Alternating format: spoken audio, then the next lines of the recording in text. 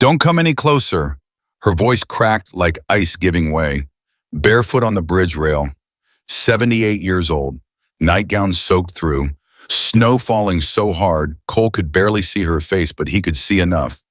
The swollen eye, the split lip, the wrists. He stopped 6 feet back and asked the only question that mattered. Who hurt you? She didn't look at him. She looked down at the black river and said it so quietly he almost missed it beneath the wind. My own son. 3 words. And then she said something that turned his blood to ice water. Tomorrow, this whole town will protect him again. Before we go any further, if this story hits you somewhere deep, please subscribe to this channel and follow along all the way to the end. Drop your city in the comments below. Tell me where you're watching from. I want to see how far this story travels. Now, let's go back to the beginning. Cole Mercer had been driving for 11 hours straight when he crossed into Harlan County. Not because he lived there. Not because he had family there. He'd driven 11 hours because a man named Douglas Reeves, a man he'd served with in Fallujah, a man who'd pulled him out of a burning vehicle in 2004 and never once asked for anything in return, had died of a stroke at 53 alone in a VA hospital bed in Billings with nobody at his side. Cole had made it to the funeral with 40 minutes to spare. He'd sat in the back. He hadn't cried. Cole Mercer hadn't cried in a long time.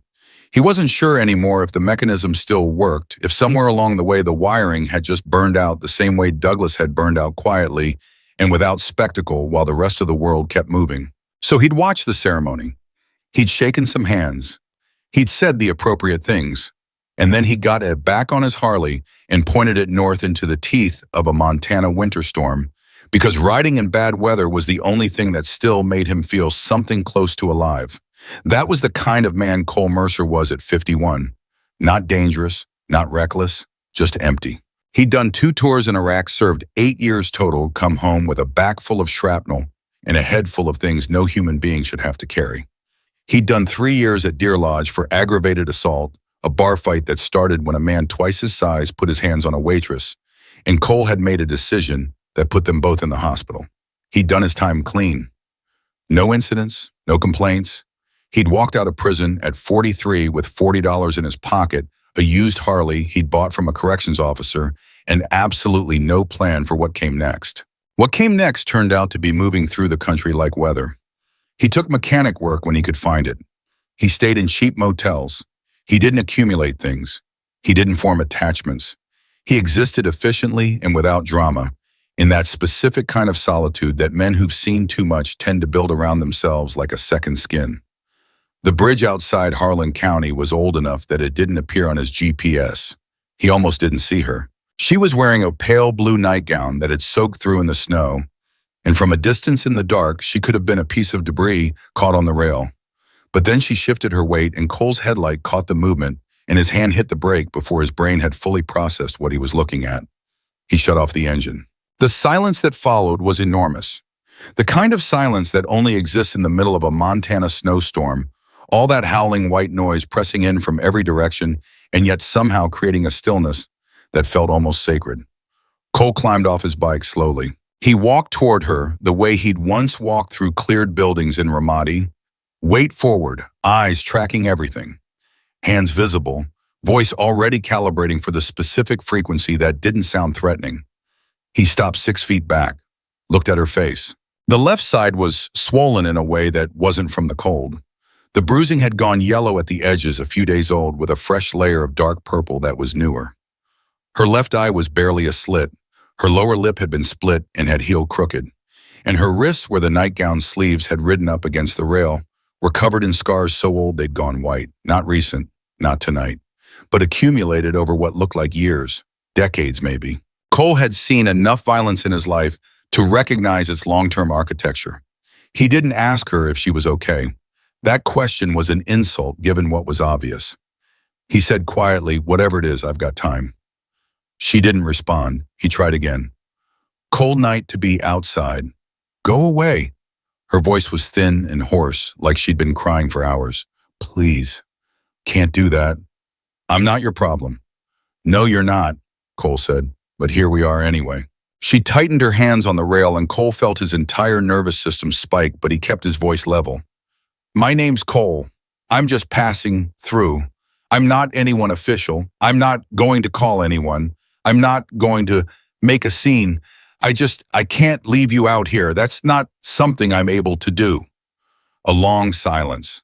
The snow fell between them like static. Then she said almost to herself, you'd be surprised what people are able to do. Cole felt something shift in his chest. He knew that sentence, not the words, the place it came from. The long, ground-down exhaustion of having expected help and been failed so many times that the failure had started to feel like gravity, like law. He moved 2 steps closer. She flinched and he stopped. Okay, he said, I'll stay right here. I'm just going to stay right here with you. You don't have to talk. You don't have to do anything. I'm just going to be here. Is that all right? She didn't say yes, but she didn't say no. So Cole sat down on the bridge rail 6 feet away from her, folded his arms against the cold and waited. She lasted 11 minutes before she spoke. He knew because he counted. Force of habit. It won't make any difference, she said finally. Even if I told someone, it never does. I know, Cole said. She looked at him for the first time. Something in his answer surprised her, the absence of the usual reassurance, the automatic, everything's going to be fine that people offer because it costs them nothing and requires no follow-through. You know, she repeated. Yeah. How? Because someone I loved was in a situation like this a long time ago, Cole said. And I watched people not believe her. Official people. People whose job it was. And I spent a long time being angry at them. And then I spent a longer time understanding that they didn't not believe her because they were evil. They didn't believe her because believing her was inconvenient. He paused. And inconvenience is a powerful thing. She was quiet for a moment. Then she said, his name is Adrien. Cole didn't move. He's a doctor, she said. Her voice had gone flat the way voices go when they've rehearsed something so many times in private that the rehearsal has hollowed out all the emotion. He's the only doctor for 60 miles. He's been keeping this town alive for 20 years. Babies he's delivered are in high school now. People who would have died in the field from heart attacks and overdoses and accidents, they're alive because of him.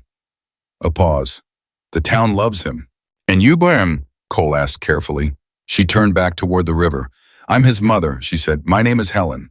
Saying, getting her off that bridge took another 40 minutes. Cole didn't use force. He didn't use logic. He didn't make promises he couldn't keep or threats he wouldn't follow through on. He just talked, slowly, plainly, about nothing that mattered, about the drive up from Billings, about the funeral, about the cold, about a truck stop outside Bozeman that made the best terrible coffee he'd ever had.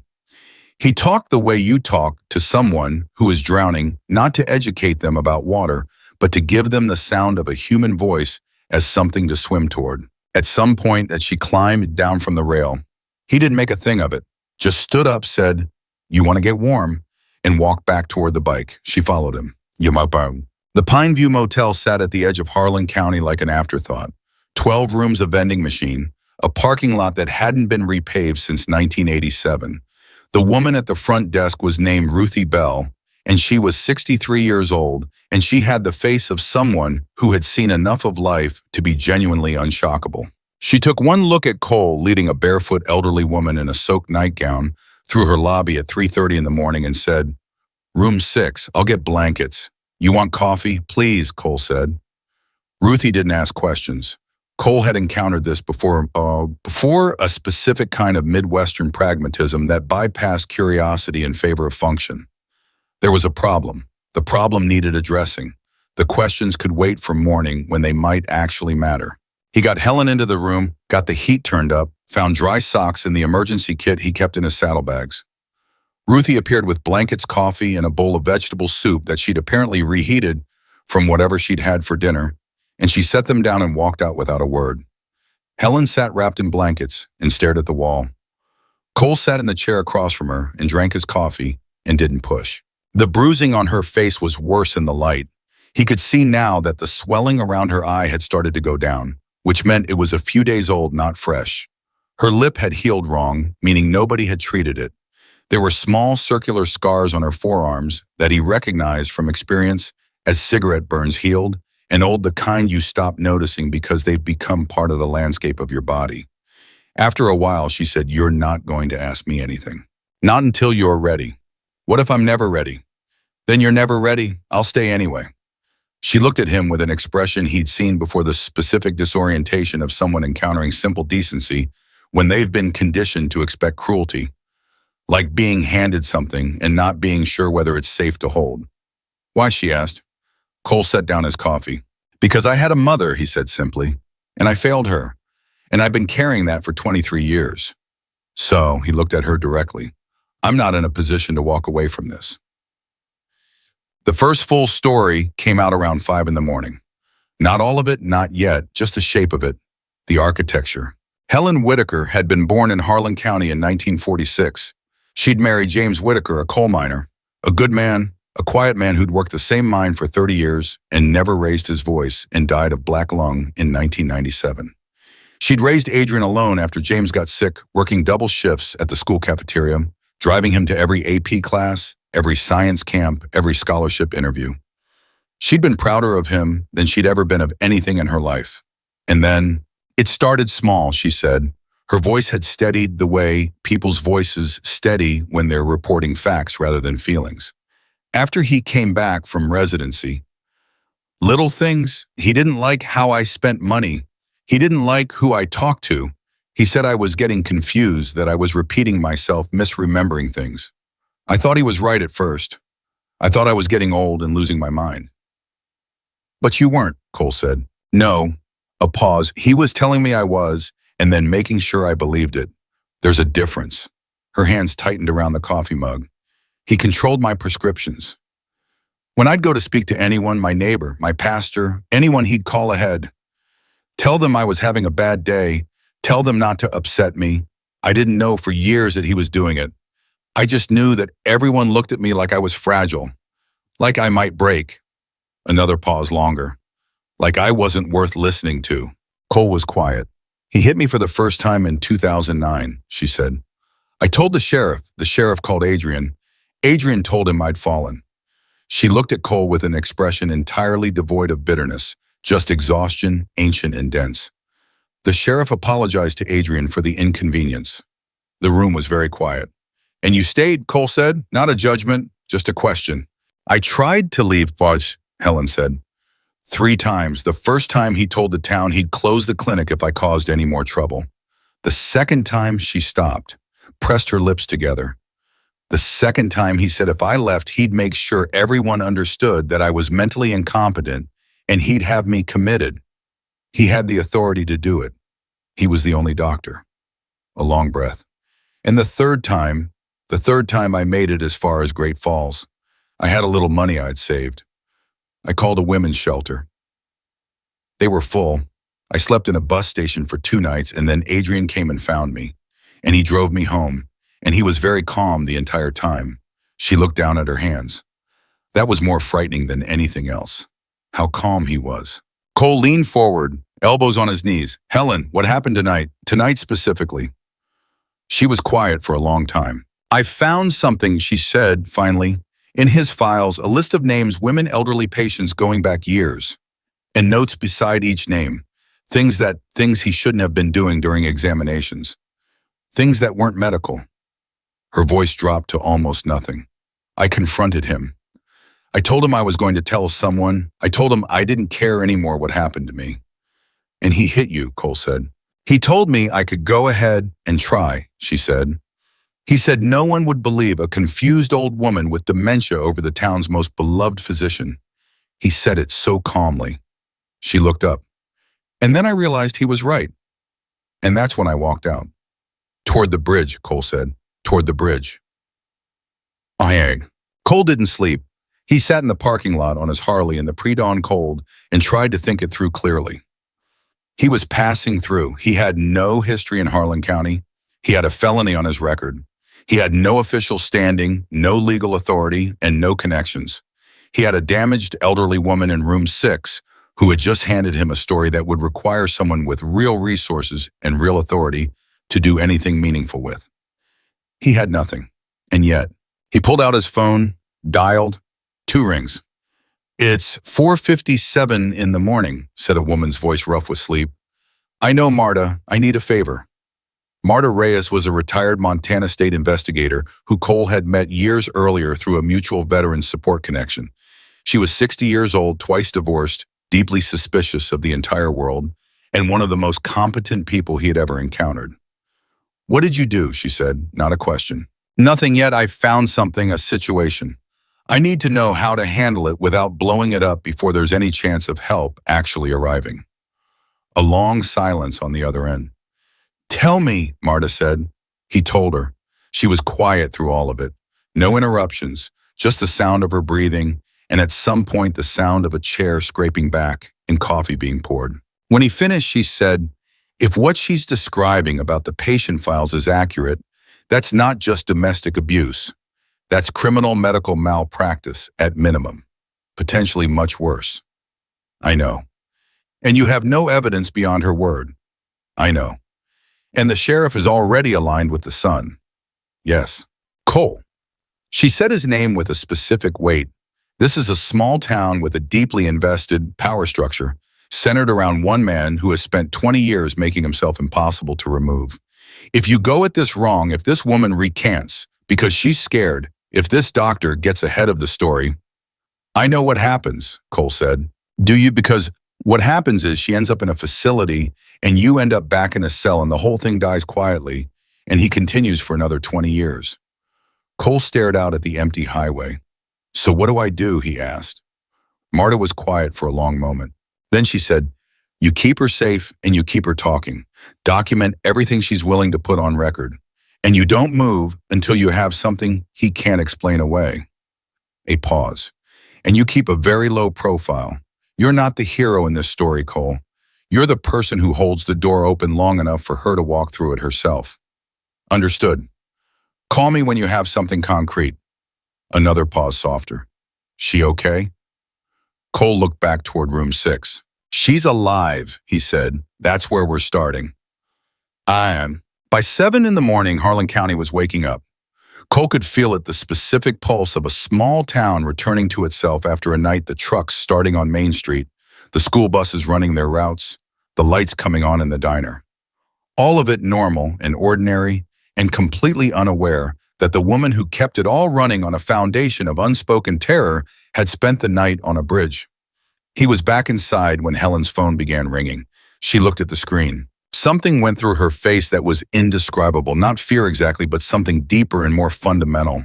The kind of response that's been conditioned into a nervous system over decades until it becomes automatic as breathing. Adrien. Cole didn't tell her what to do. He just watched her. She stared at the screen for a long time. Then she pressed the side button and declined the call. It was a small thing, the smallest possible thing. But her hands were shaking when she set the phone down, and her jaw was set in a way that it hadn't been an hour ago, and Cole recognized what he was looking at. Not a woman who had given up. A woman who had, just for the first time in a very long time, made a decision. "He's going to come looking for me," she said. "Yes," Cole said. "He's going to tell everyone I've lost my mind. He's going to make it sound like you took advantage of a confused old woman." "Probably. And most of them will believe him." Her voice was steady now, terrible in its steadiness. "Because believing him is easier. Because believing me means looking at something they've been looking away from for 35 years. Cole leaned forward. "Helen, look at me." She looked at him. "I'm not going to tell you this is going to be easy," he said. "I'm not going to tell you it's going to work out. I've seen enough of this world to know that good people lose and the wrong people walk away clean, and that's real and it happens. But I'm going to tell you one thing that I know for certain." He held her gaze. "You were on that bridge because you were alone. You are not alone right now. That changes what's possible. It doesn't change everything, but it changes that." She was quiet. Then, "Why does it matter to you? You don't know me." Cole looked down at his hands. "My mother's name was Carol," he said. "She spent 12 years in a situation like yours. Different man, same silence from the people around her. I was young, too young to do anything, and then old enough to know something was wrong, and by then I'd been in the Marines for 3 years, and she'd told me everything was fine." He stopped. "She died in the hospital of a fall down the stairs that wasn't a fall. I was in Fallujah when it happened. I got the call on a satellite phone in a FOB outside the city, and I spent the next 20 years living with the specific particular hell of knowing I was on the other side of the world when she needed me. The room was absolutely silent. I can't save my mother, Cole said, but I'm here, and you're here, and that means something I can't walk away from. Helen held his gaze for a long time. Then she reached across the small table between them and placed her hand over his. She didn't say anything. She didn't have to. Didn't he? It was Ruthie who heard the first knock. 9:17 in the morning. Cole had finally fallen asleep in the chair, and Helen had been sitting quietly with a borrowed book she wasn't reading when Ruthie appeared in the doorway with an expression that had sharpened past its usual calm. "Man at the front desk," she said quietly. "Says he's looking for his mother. Says she's not well." Cole was awake instantly. Helen had gone very still. "What did he look like?" Cole asked. "Tall, well-dressed, polite." Ruthie paused. "The way people are polite when they're sure they're going to get what they want." Cole stood up. "I'll handle it." "Cole." Helen's voice was barely a thread. He looked at her. Her face had changed. The steadiness he'd seen an hour ago had cracked, and underneath it was something raw and old and terrified. 23 years of conditioning doesn't disappear because you make one phone call. It doesn't disappear because someone promises to stay. "He's very good at this," she whispered. "He'll sound completely reasonable. He'll have an explanation for everything. Helen." Cole kept his voice even. "Do you want to go with him?" A beat of silence. "No," she whispered. "Then you don't have to," Cole said. "That's all that matters. You're an adult. You're in your right mind. You don't have to go anywhere with anyone you don't want to go with." He looked at her directly. "Say that back to me." She looked at him. "I'm an adult," she said slowly. "I'm in my right mind. I don't have to go anywhere I don't want to go." "Righty," Cole said. "Ruthie locked the room from inside. Don't open it for anyone." Then he walked out to the front desk. Ushak. Adrien Whitaker was exactly what Helen had described. Tall, maybe 6'2", with the kind of confident, physical presence that comes from years of being the most important person in any room he entered. He was in his mid-50s with a face that had the careful openness of someone who'd spent decades cultivating trustworthiness as a professional tool. His coat was expensive. His hands were calm. He'd brought no one with him, a specific choice Cole registered, because a man who brings people seems threatening. A man who comes alone seems like a man who has nothing to fear. He looked at Cole with an expression of measured professional concern. "I'm Dr. Adrien Whitaker," he said. "I believe you have my mother." Cole leaned against the front desk. "Cole Mercer," he said, "and I don't have anyone. There's a woman staying in one of these rooms who was in distress last night and needed somewhere warm and safe. That's the whole story." Something moved in Adrien's eyes, very quick, very controlled. "I appreciate your concern," he said, and his voice was genuinely warm. "My mother has been struggling with her memory for some time. She has a form of dementia that sometimes causes her to wander, to become frightened." He paused, making a careful gesture, "to say things that aren't accurate, things that seem real to her, but that aren't connected to reality." Cole said nothing. "I'm sure you're a decent person," Adrien continued, "and I'm sure you thought you were helping, but what she needs is appropriate medical care, which I'm equipped to provide, and her own home where she's safe. I'd hate for her to be disrupted further by another pause calibrated by a well-meaning stranger who doesn't have the full picture." Cole held his gaze. "She declined to come with you," Cole said simply. Adrien's expression shifted almost imperceptibly, just a slight compression around the eyes. "I'm sorry," he said. "She's aware you're here. She's made her choice. She'd like to stay." Cole kept his voice level. "She's an adult in her right mind. That's her right." Adrien looked at him for a long moment. Then he smiled, warmly, with the practiced ease of a man who'd spent 20 years being believed. "I understand it," he said. "I can see you care about her well-being. That's admirable. But if she remains in your care without appropriate medical supervision and something happens to her, then that'll be between her and me," Cole said, "and I'll take that responsibility." A long pause. "I'll need to make some calls," Adrien said pleasantly. "I expect so," Cole said. He watched Adrien turn and walk out to his SUV. And as the engine started, as the taillights disappeared down the highway, Cole stood in the doorway and let himself feel just for a moment the specific weight of what he'd just walked into. He had no allies in this town. He had no evidence. He had a woman in a motel room who was terrified. And now he just looked her abuser in the face and told him no. By nightfall, the town of Harlan County would know that Cole Mercer existed. By morning, they would have been told exactly who to believe. Cole walked back to room 6. He knocked twice. Ruthie opened the door. Helen was sitting on the edge of the bed, hands folded in her lap, watching the door. "He's gone," Cole said. "For now," Helen said. "For now," Cole agreed. She looked at him with those eyes that had seen 35 years of what most people only encounter in nightmares. "He's going to come back with the sheriff," she said. "Probably. And the sheriff is going to say, 'You're holding me against my will.' He might, and half the town is going to believe him." She looked at her hands. "Because I'm old and I'm confused and Adrien has delivered their children." Cole sat down across from her. "Helen," he said, "can you tell me about those files you found?" She looked up. Something shifted in her expression, a sharpening, a gathering, like someone picking up something they'd put down. "I can do better than tell you," she said quietly. "What do you mean?" "I mean, I photographed them," she said. "Before I left the house. I didn't even know why I did it. Some part of me just... I photographed 12 pages. Cole stared at her. "On your phone?" "On my phone." Silence. "Helen," he said carefully, "I need you to understand that those photographs may be the most important thing in the world right now." "I know," she said. "Can I see them?" She unlocked her phone with hands that were completely steady, and she handed it to him. Cole looked at the first photograph, and something cold settled in the center of his chest. Because what he was looking at was not just evidence of abuse. What he was looking at was a list of names, 11 women, all patients of Dr. Adrien Whitaker, all elderly, all with annotations beside their names written in a careful clinical hand, annotations that described in the flat and euphemistic language of someone who considered what he was doing to be simply a transaction, what he had done to them. Cole sat very still for a long moment. Then he looked up at Helen. "You understand what this means," he said. "This isn't just about you anymore." "No," Helen said quietly. "It never was." Outside, the snow had started again.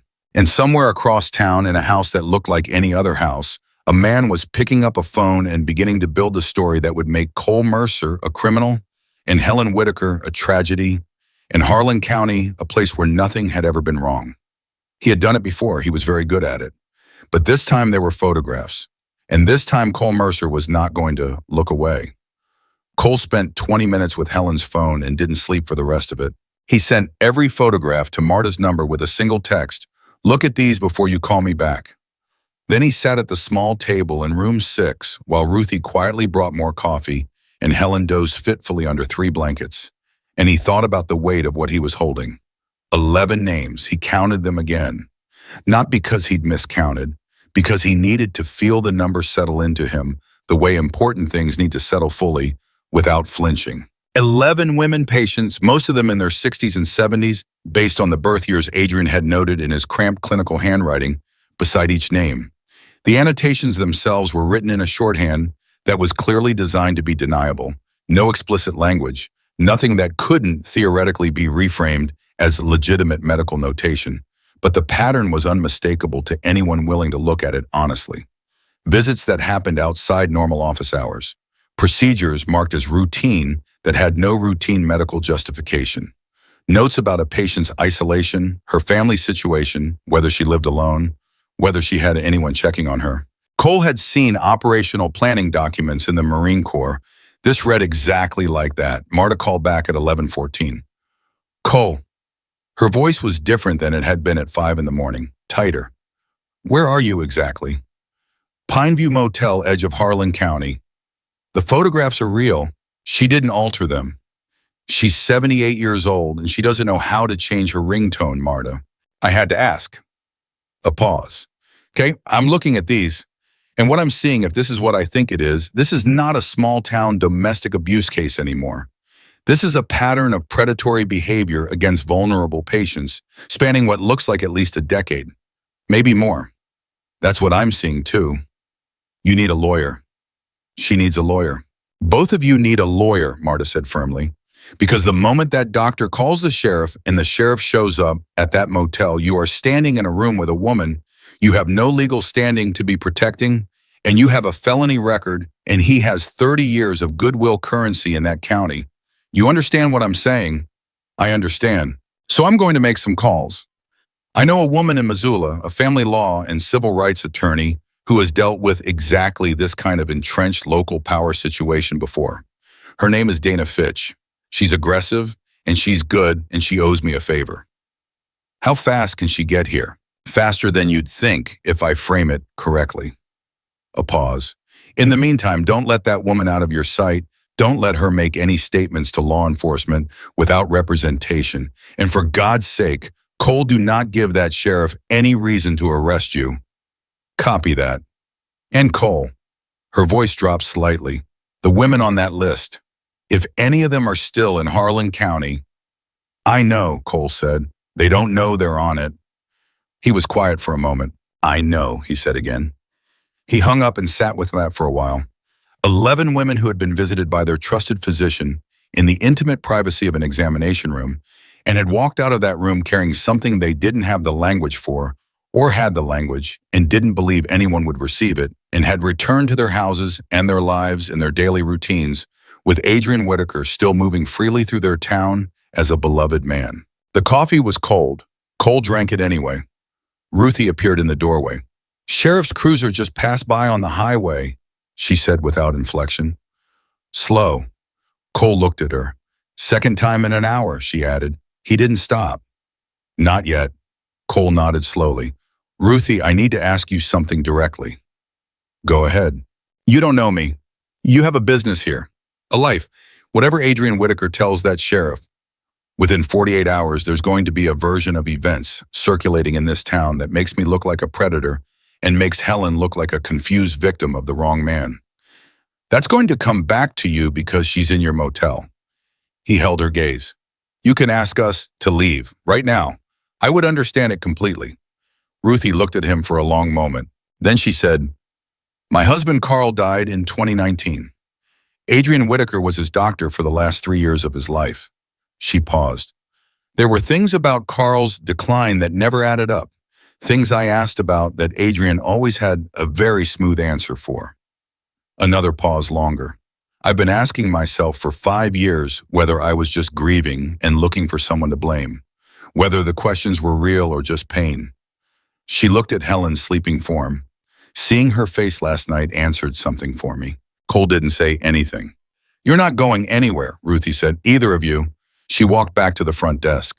Cole turned back to the table and opened his phone and began writing down everything Helen had told him in order with as much detail as he could reconstruct. Not because he was certain it would ever be used, because the act of putting it in sequence, the years, the escalations, the specific mechanisms of control, made it impossible to reduce to the word that people always reach for when they wanted to dismiss it. Complicated. It wasn't complicated, it was methodical. That was the part that made his jaw tighten as he wrote.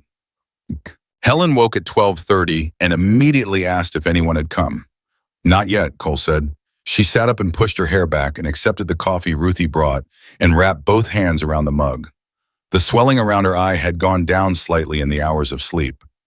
She looked, Cole thought, less like someone who was giving up and more like someone in the process of reconsidering whether giving up had ever been the only option. I want to tell you something, she said, before whatever happens today happens. Okay. I know how this looks, she said. From the outside, people are going to ask why I stayed. They always ask that, like it's the obvious question. She looked at the coffee. They think it's about love or weakness, or they think it is something about the person being abused that explains it. Some lack. A pause. But it's not that. It was never that. I know, Cole said. He took away every exit, she said, one by one. So slowly I didn't notice the exits disappearing until the only doors I could see were the ones he'd left open on purpose. And those doors all led back to him. She looked up. It's like being in a room that someone has been quietly filling with water for 30 years. You adjust so gradually that by the time you're standing on your tiptoes, you've forgotten what it felt like to have the floor under your feet. Cole leaned forward. Helen, can I tell you what I see when I look at you? She waited. I see a woman who got herself off a bridge, he said. Not because I convinced her. I didn't convince you of anything you came down on your own. I see a woman who last night, when she decided to leave a violent situation, had the presence of mind to photograph evidence before she walked out the door. I see a woman who this morning declined a call from her abuser when she spent 35 years being conditioned to answer every one of them. He looked at her steadily. That is not a woman who is weak. That is a woman who has been surviving every single day a situation that would have broken most people in the first year. Helen was quiet for a long time. Then she said very quietly, James used to say something like that. Your husband, Arthur, she nodded. He said there's a difference between people who are strong and people who are brave. Strong people can carry a load, but brave people carry it when they're not sure the carrying is going to matter. She stopped. He was a good man. He would have, she stopped again, pressed her lips together. He would have hated this, Cole said. He would have burned the clinic to the ground, Helen said, and for the first time something that might have been the early architecture of a smile crossed her face. And then apologized to me for making a scene. Cole almost laughed. Not quite, but almost. Then her phone lit up on the table between them. Not Adrien this time. A text, unknown number. Helen looked at it, then at Cole. He nodded. She opened it. Helen, it's Margaret Colston. I heard you were at the Pine View. I need to talk to you. Please, don't let them take you back. Helen's hand went still. Cole watched her face. Who is Margaret Colston? He asked. Helen's expression had shifted into something careful and complicated. She was a patient of Adrien's, she said slowly. She's 71, lives alone. Her husband died about 4 years ago. She looked at the text again. She came to the house once, years ago. She tried to tell me something. Adrien was home and came to the door before she could finish, and she left very quickly. I always wondered what she'd been about to say. Cole looked at the text. Don't let them take you back. He looked at Helen. Is that her phone number? He asked. Do you know it? No, I've never had her number. She found yours. Yes. They looked at each other. Cole picked up his own phone. I'm going to text her back from my number, he said. Is that all right with you? Helen nodded. He typed. This is Cole Mercer. I'm with Helen. She's safe. Can you come here or call? He waited. 40 seconds. Then I can't call. He might be watching my house. I need to come in person, but I need to know it's safe. Cole typed, it's safe, room 6. I'll be at the front. A pause, then give me 30 minutes. Cole set his phone down. Outside, another car slowed on the highway. It wasn't the sheriff this time. Cole watched it through the window, an old Ford pickup going 30 in a 50 zone, the driver's face turned toward the motel. Then it accelerated and was gone. People know you're here, Cole said. In a town this size, Helen said, if a bird sneezes on Main Street, everyone knows about it by lunch. That cuts both ways, Cole said. It means Adrien knows, but it also means... He stopped. Helen was looking at him. It means what? She asked. It means the story is already spreading, he said, and Adrien doesn't control which direction it spreads. Margaret Colston arrived in 28 minutes. She was a small woman, barely 5 feet, with white hair, cut close, and hands that shook slightly as Ruthie led her into room 6. She was wearing a winter coat buttoned wrong. One button off at the bottom, so the whole thing hung slightly crooked, and she either hadn't noticed or hadn't cared. Her eyes went straight to Helen and stayed there. Oh, Helen, she said, just that. The way people say a name when the name is carrying everything they don't have words for. Helen stood up, and the two women held each other for a long moment. Cole moved to the far corner of the room to give them space. When they separated, Margaret sat on the edge of the bed and pressed both hands flat on her knees and looked at Cole with the careful assessment of someone deciding in real time whether to trust a stranger with something that could ruin them. Ruthie vouches for Tim, Helen said quietly. Something in Margaret's shoulders released. Adrien called a town meeting, she said, for tonight, 7 o'clock at the community center. The room went very still. A meeting, Cole said. He's been calling people since this morning, telling them she glanced at Cole, that you took Helen by force, that she's confused and frightened, and that a dangerous man has her and won't let her go. Margaret's jaw tightened. And that if this isn't resolved, if he's forced to deal with this kind of attack on his character and his family, he may have no choice but to reassess his commitment to the clinic. Helen closed her eyes. Cole watched her close them, watched her absorb it. He's done this before, Helen said without opening her eyes. Every time there's been any threat, any hint of someone getting too close to the truth, he deploys the clinic like a weapon, like a hostage. People are scared, Margaret said, and there was something raw in her voice. The Henderson's granddaughter, she has epilepsy. He manages her medication. The Okafor family, their son came back from Afghanistan with a traumatic brain injury. Adrien has been treating him for 2 years. People aren't bad, they're just afraid, Helen said. Yes, Cole crossed his arms. He was thinking fast. Margaret, he said carefully, when you came to Helen's house years ago, you started to tell her something. What was it? The room temperature seemed to drop several degrees. Margaret looked at her hands, a long silence. Margaret, Helen said softly, whatever it is, whatever he did, you didn't deserve it. And I'm not going to pretend I don't already know at least part of it. Margaret looked up. You found the files, she whispered. Helen nodded. Another silence longer. I've been carrying it for 9 years, Margaret said. Her voice was very low, very controlled, the way people sound when they've spent years compressing something that would otherwise crack them wide open. I went in for a routine appointment after Frank died. I was alone and I was grieving and I trusted him because the whole town trusted him. And she stopped, looked at the wall. He said it was part of the examination. He said it was necessary. And I was old and I was lonely and I didn't. You don't have to say the whole thing, Cole said quietly. Margaret nodded, pressed her lips together. Afterward, I tried to tell Pastor Greer, she said. He told me grief does things to our memory, that Adrien was a good man, that I was confused. Her voice had steadied into something that was no longer sadness, but something colder and more crystalline. I went home and I never told anyone else. Because if Pastor Greer didn't believe me, nobody would. Helen crossed the room and sat beside her and took her hand. I believe you, Helen said. Margaret looked at her. I believe you, Helen said again, with a weight behind it that made Cole's throat tighten unexpectedly. Cole turned away to give them a moment. He was already texting Marta. There's at least one more victim here willing to talk. Possibly more. He's called a town meeting tonight to flip the narrative. How fast can your lawyer friend get here? Marta's reply came in 40 seconds. She's already in the car. Be there by 5. Keep everyone in that room and do not let Helen attend that meeting. Cole exhaled slowly. He typed back, understood. Then he turned around. There's a lawyer coming, he said, from Missoula. She'll be here by 5 o'clock. She's going to want to hear everything, both of you. He looked at them. Margaret, is there any way to reach the other women on that list privately without Adrien knowing? Margaret looked at Helen. Helen looked at Margaret.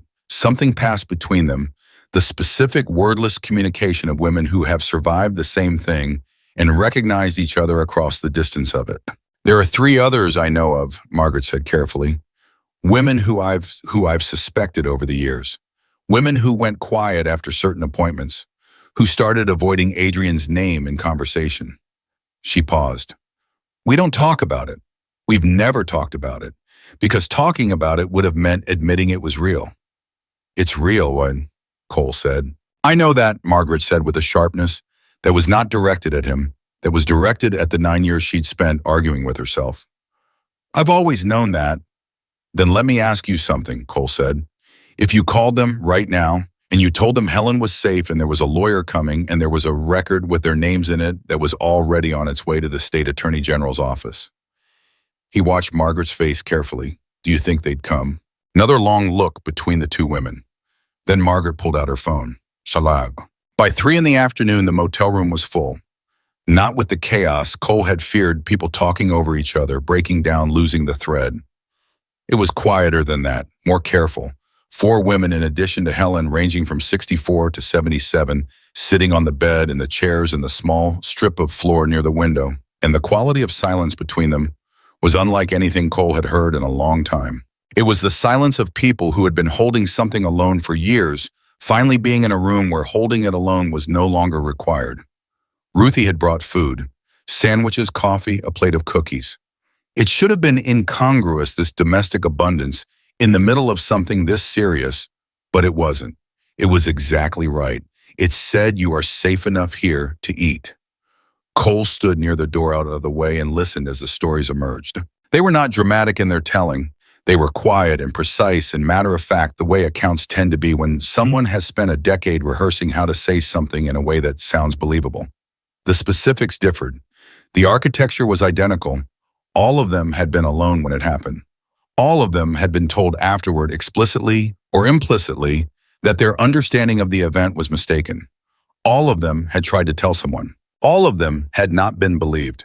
And all of them had watched Adrien Whitaker continue celebrated essential beloved while they returned to their lives and tried to fit what had happened into the category of something they must have misunderstood.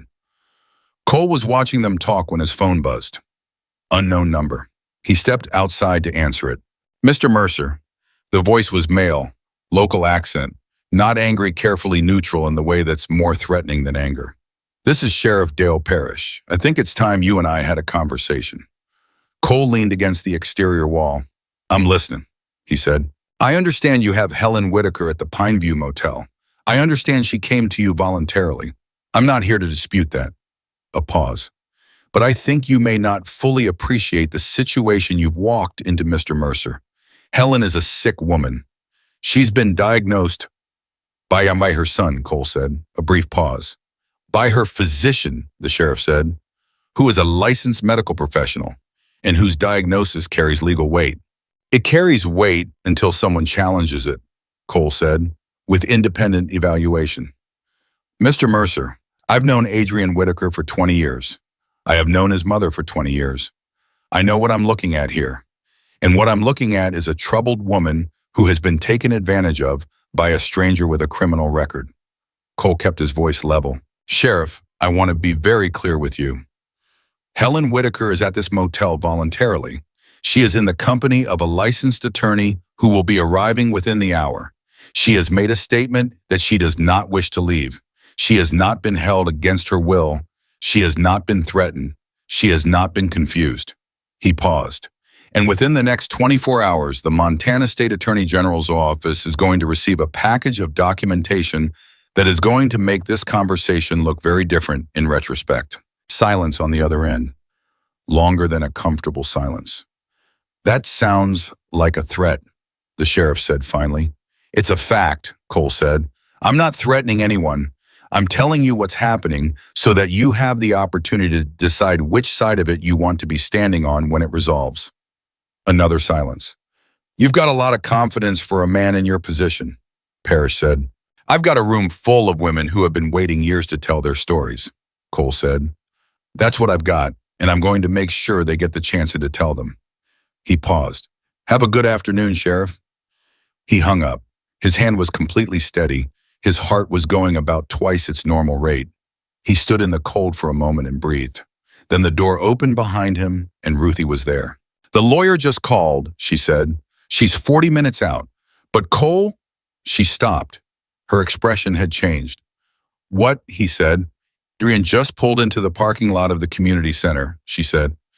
I've got a friend texting me from across the street. She held up her phone. He's not alone. He's got, she says, at least 20 people with him, maybe more, setting up for the meeting. Cole absorbed this, 20 people, in a town of maybe 400. And it was only 3:30 in the afternoon. He went back inside. The women in room 6 looked up at him as he entered. 5 pairs of eyes, 5 faces that had all individually learned the hard way that the people around them would choose comfort over truth. The meeting's getting bigger, Cole said. He didn't sugarcoat it. These women had been lied to enough by men who thought they were doing them a kindness by managing what they could handle. He's mobilizing. By tonight, there are going to be people in this town screaming that you are the reason their kids don't have a doctor. That's the move. That's always been his move. Silence. Then Helen said, can he actually close the clinic legally? He can stop showing up, Cole said, which amounts to the same thing in the short term. The difference is, he looked at her, if there's a formal investigation, the state medical board has authority to appoint an interim physician. He knows that. So shutting down the clinic only works as a threat if the investigation never gets started. Helen looked at the other women. The other women looked at Helen. So what he needs, said a woman named Diane 68, who had spoken only twice in the last hour, but both times with a precision that cut straight to the point, is for this to go away before anyone official gets involved. Yes, Cole said. And what we need, Diane continued, is for someone official to already be involved before he can make it go away. The lawyer's 40 minutes out, Cole said. Diane nodded slowly, then she looked at the other women. Then we've got 40 minutes, she said, to get our story straight. She looked around. Not straight like not like a script, straight like who tells which part, what order, what documentation each of us has. Because if we walk into this disorganized, he wins. Cole looked at her. You sound like someone who's done this before, he said. I was a paralegal for 30 years, Diane said dryly. I know exactly how evidence gets destroyed, and I know exactly how to present it so it can't be. Helen reached over and gripped Diane's hand. Outside, the afternoon was going dark, early the way Montana afternoons do in winter. The light failing suddenly and completely, and across town, a man who had spent 20 years being believed was standing in a community center telling a crowd of frightened people that the threat to their safety had a name, and the name he was giving them was Cole Mercer. But in room 6 of the Pineview Motel, 5 women and 1 ex-con biker were sitting around a table with a phone full of photographs and a paralegal's 30 years of institutional knowledge and 40 minutes before a lawyer arrived from Missoula. And for the first time in a long time, the silence in that room didn't feel like wait. It felt like something gathering, something that had been patient for a very, very long time. Dana Fitch arrived at 4:57 in a gray Subaru with a cracked windshield and a messenger bag so stuffed it wouldn't close all the way. And she walked into room 6 of the Pineview Motel like someone who had been walking into rooms exactly like this one for 20 years and had stopped being surprised by any of them. She was 52, short hair, no makeup, reading glasses hanging from the collar of her fleece. She shook Cole's hand once, firmly scanned the room in about 4 seconds, and then pulled a chair to the center and sat down and said, "Okay, I need the clearest version of events from the person most directly affected. Everyone else holds until I say so. Who's Helen?" Helen raised her hand slightly, like a student. "Talk to me," Dana said. "Don't edit. Don't worry about what sounds believable. Just tell me what happened, starting from the beginning." Helen looked at Cole. Cole nodded once, and Helen talked. She talked for 41 minutes without stopping, and Donna Fitch did not interrupt her once. She made notes in a small, spiral notebook with a pen that ran out of ink halfway through, and she switched to a second pen without breaking eye contact. When Helen finished, Dana sat back and looked at her notebook for a long moment. Then she looked up. "The photographs on your phone," she said. "Are they still there? You haven't deleted anything, sent them anywhere except to Mr. Mercer's contact." "They're there," Helen said. "Good, don't touch them. I'm going to get them preserved through proper chain of custody within the hour." Dana looked at Cole. "You forwarded them to a Marta Reyes?" "Yes." "I know Marta, that's fine. Anyone else?" "No." Dana nodded. Then she looked at the other 4 women, one at a time, slow and deliberate. "Marta told me there were additional victims," she said. The word landed in the room with its full weight, and Dana didn't soften it or apologize for it. Cole had noticed she didn't soften things. He respected that enormously. "I'm not going to ask you to talk tonight. I'm going to ask you to make a decision tonight, because here is the situation as it currently stands." She opened her notebook. "Adrien Whitaker is holding a public meeting across town right now. Based on what Cole has described, he is characterizing this as a kidnapping situation involving a vulnerable woman and a dangerous stranger. The sheriff is already sympathetic to that narrative. That means by tomorrow morning, the local story, the one that spreads through this town by word of mouth, is going to be the kidnapping story unless something interrupts it." She paused. "The photographs Helen recovered constitute significant evidence of potential criminal conduct. But photographs alone without corroborating testimony can be reframed. A skilled defense attorney in Adrien Whitaker will have access to a very skilled defense attorney within 24 hours of being formally accused, will argue that those notes are medical shorthand taken out of context by a woman with documented cognitive decline." Silence. "So what we need," Dana continued, "is not just evidence. We need voices. Multiple independent, consistent voices. And we need them on record before he gets ahead of this." She looked at the women. "I need to know right now who is willing to give a formal statement." Nobody spoke for a moment. Then Diane said, "I will." Margaret said, "I will." A woman named Loretta, 66, who had said almost nothing since she arrived, who had sat with her hands folded and her eyes fixed on a point in the middle distance, with the focused stillness of someone keeping themselves together through sheer concentration, looked up. "If I do this," she said quietly, "what happens to me?" "What do you mean?" Dana asked. "I mean my granddaughter. She has type 1 diabetes. Adrien manages her insulin protocol. She's 12 years old."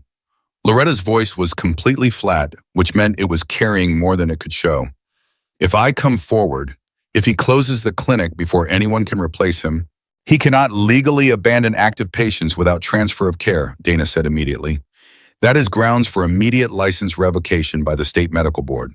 If he closes that clinic in response to a formal investigation, he does not walk away. He loses everything." A pause. "And I will make sure your granddaughter's care is the first thing transferred." Loretta looked at her for a long moment. Then she said, "Okay." The fourth woman, Ruth Ann, 77, the oldest one there besides Helen, had been sitting so quietly that Cole had almost forgotten she was in the room. She didn't say anything now either.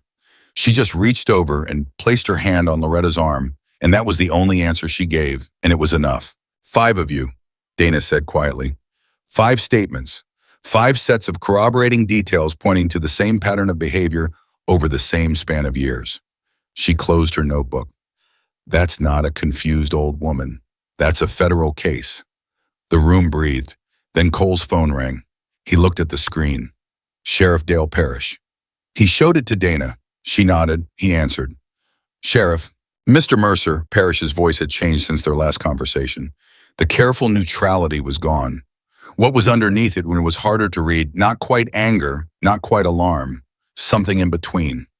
"I need you to come to the community center." "I'm occupied." "I'm not asking." "Then you'll need to make it official," Cole said. "Am I being detained?" A pause. "No," Parrish said more slowly. "No, you're not being detained." "Then I'm occupied. Anything you need to communicate to me or to Helen Whitaker, please direct to her attorney Dana Fitch, who is present and available." He gave Dana's number. "Have a good evening." He hung up. Dana was looking at him with the expression of someone recalibrating a prior assessment. "You've done this before," she said. "Done what?" "Stood your ground in situations where most people fold." "I spent 8 years being shot at," Cole said. "It adjusts your threat response." Dana almost smiled. "Almost." "The sheriff is going to show up here within the hour," she said. "I want everyone in this room calm and clear when he does. He cannot remove Helen. He cannot compel statements. He can bluster. Let him bluster." She looked at each person. "Nobody speaks to him except me. Clear."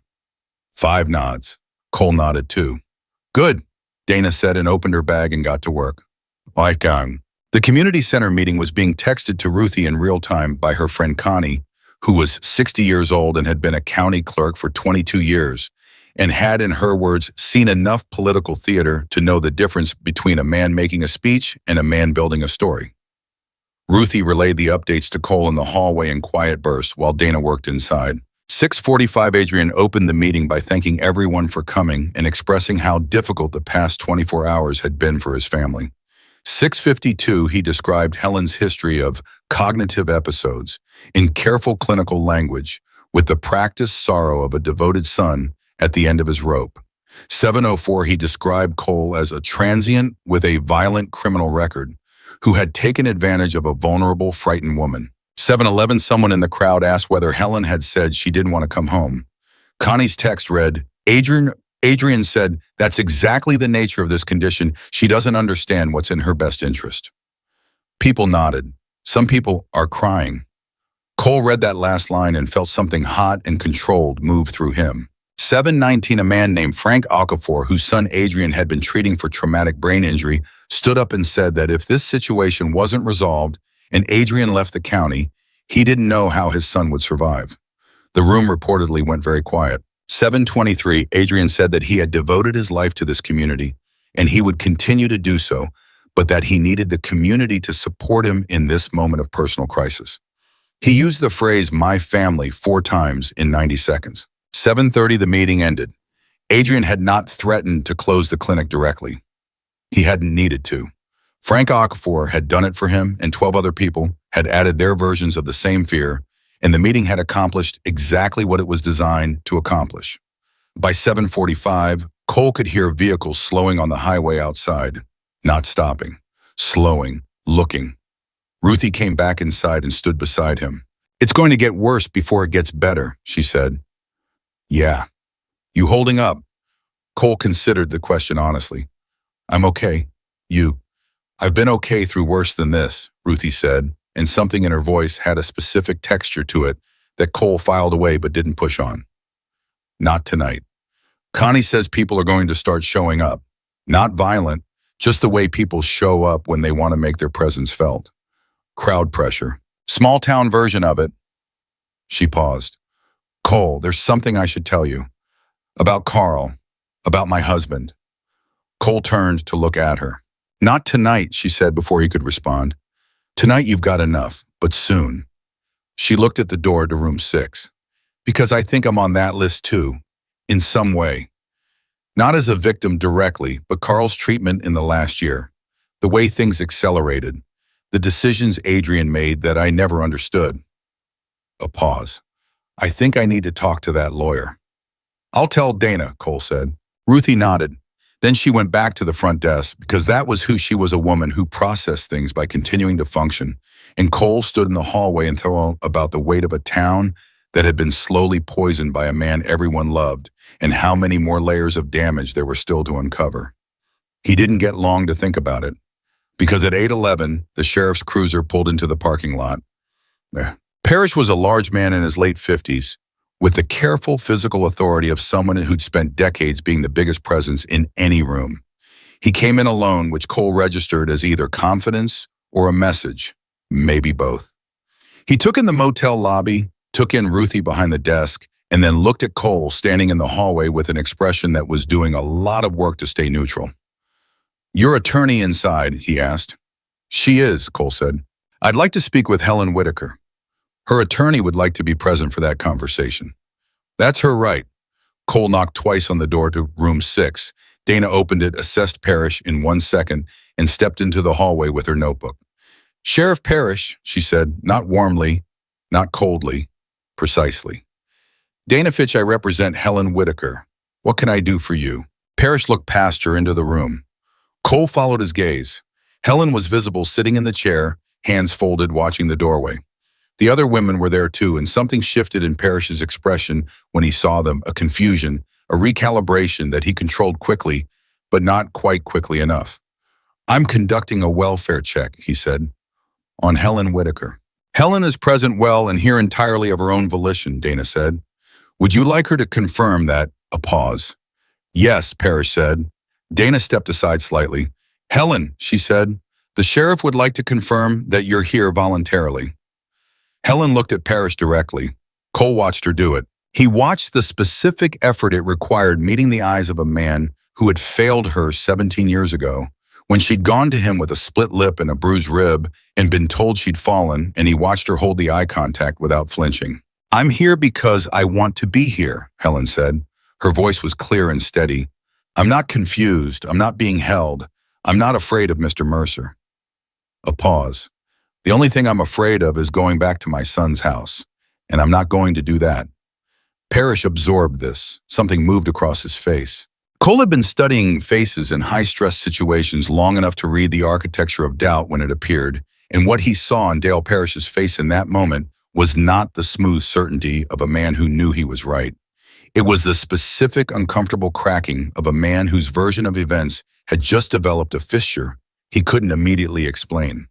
Because Helen didn't look confused. She looked like exactly what she was.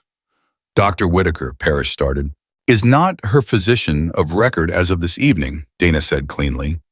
I have filed the paperwork to transfer her medical care to an independent physician in Missoula.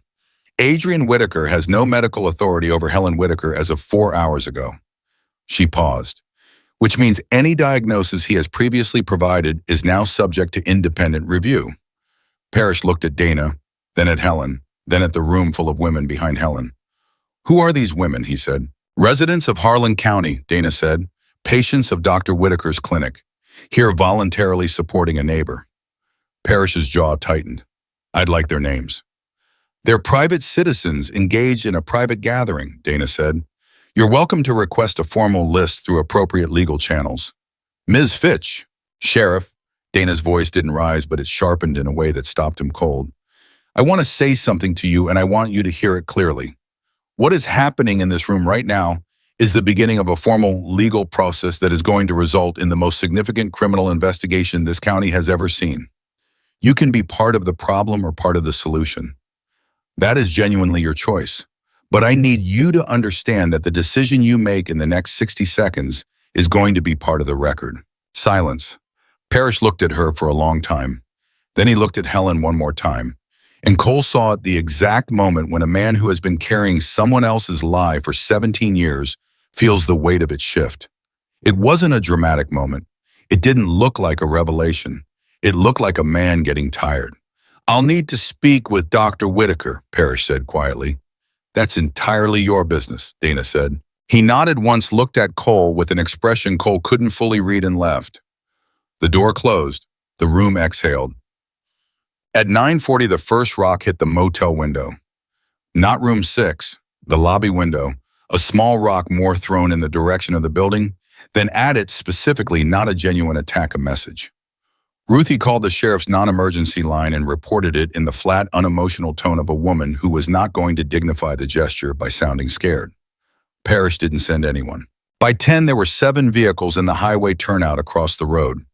People sitting in their trucks with their lights on. Not doing anything, just being visible.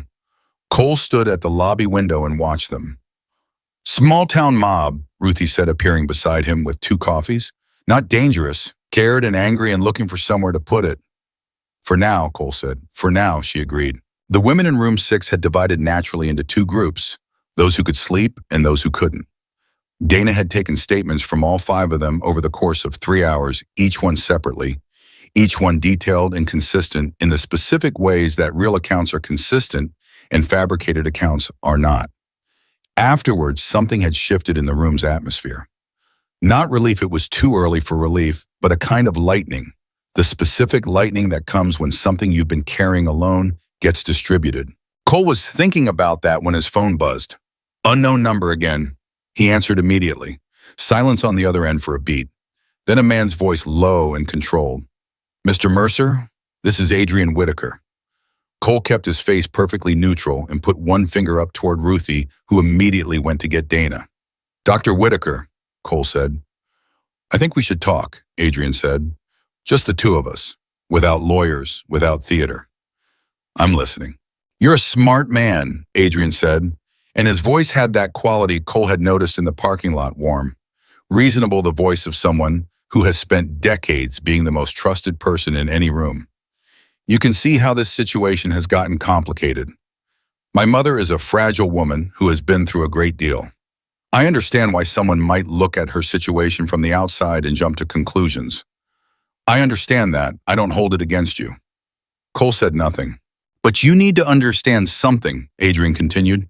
There are 230 families in this county who depend on that clinic. Children, veterans, people with conditions that will kill them without consistent medical management. Whatever you think you know about me, whatever my mother has told you in a moment of confusion, you need to weigh that against what happens to those people. Dana had appeared in the hallway. Cole tilted the phone slightly so she could hear. That's a remarkable thing to say, Cole said. It's the truth. It's a threat, Cole said, dressed up as concern.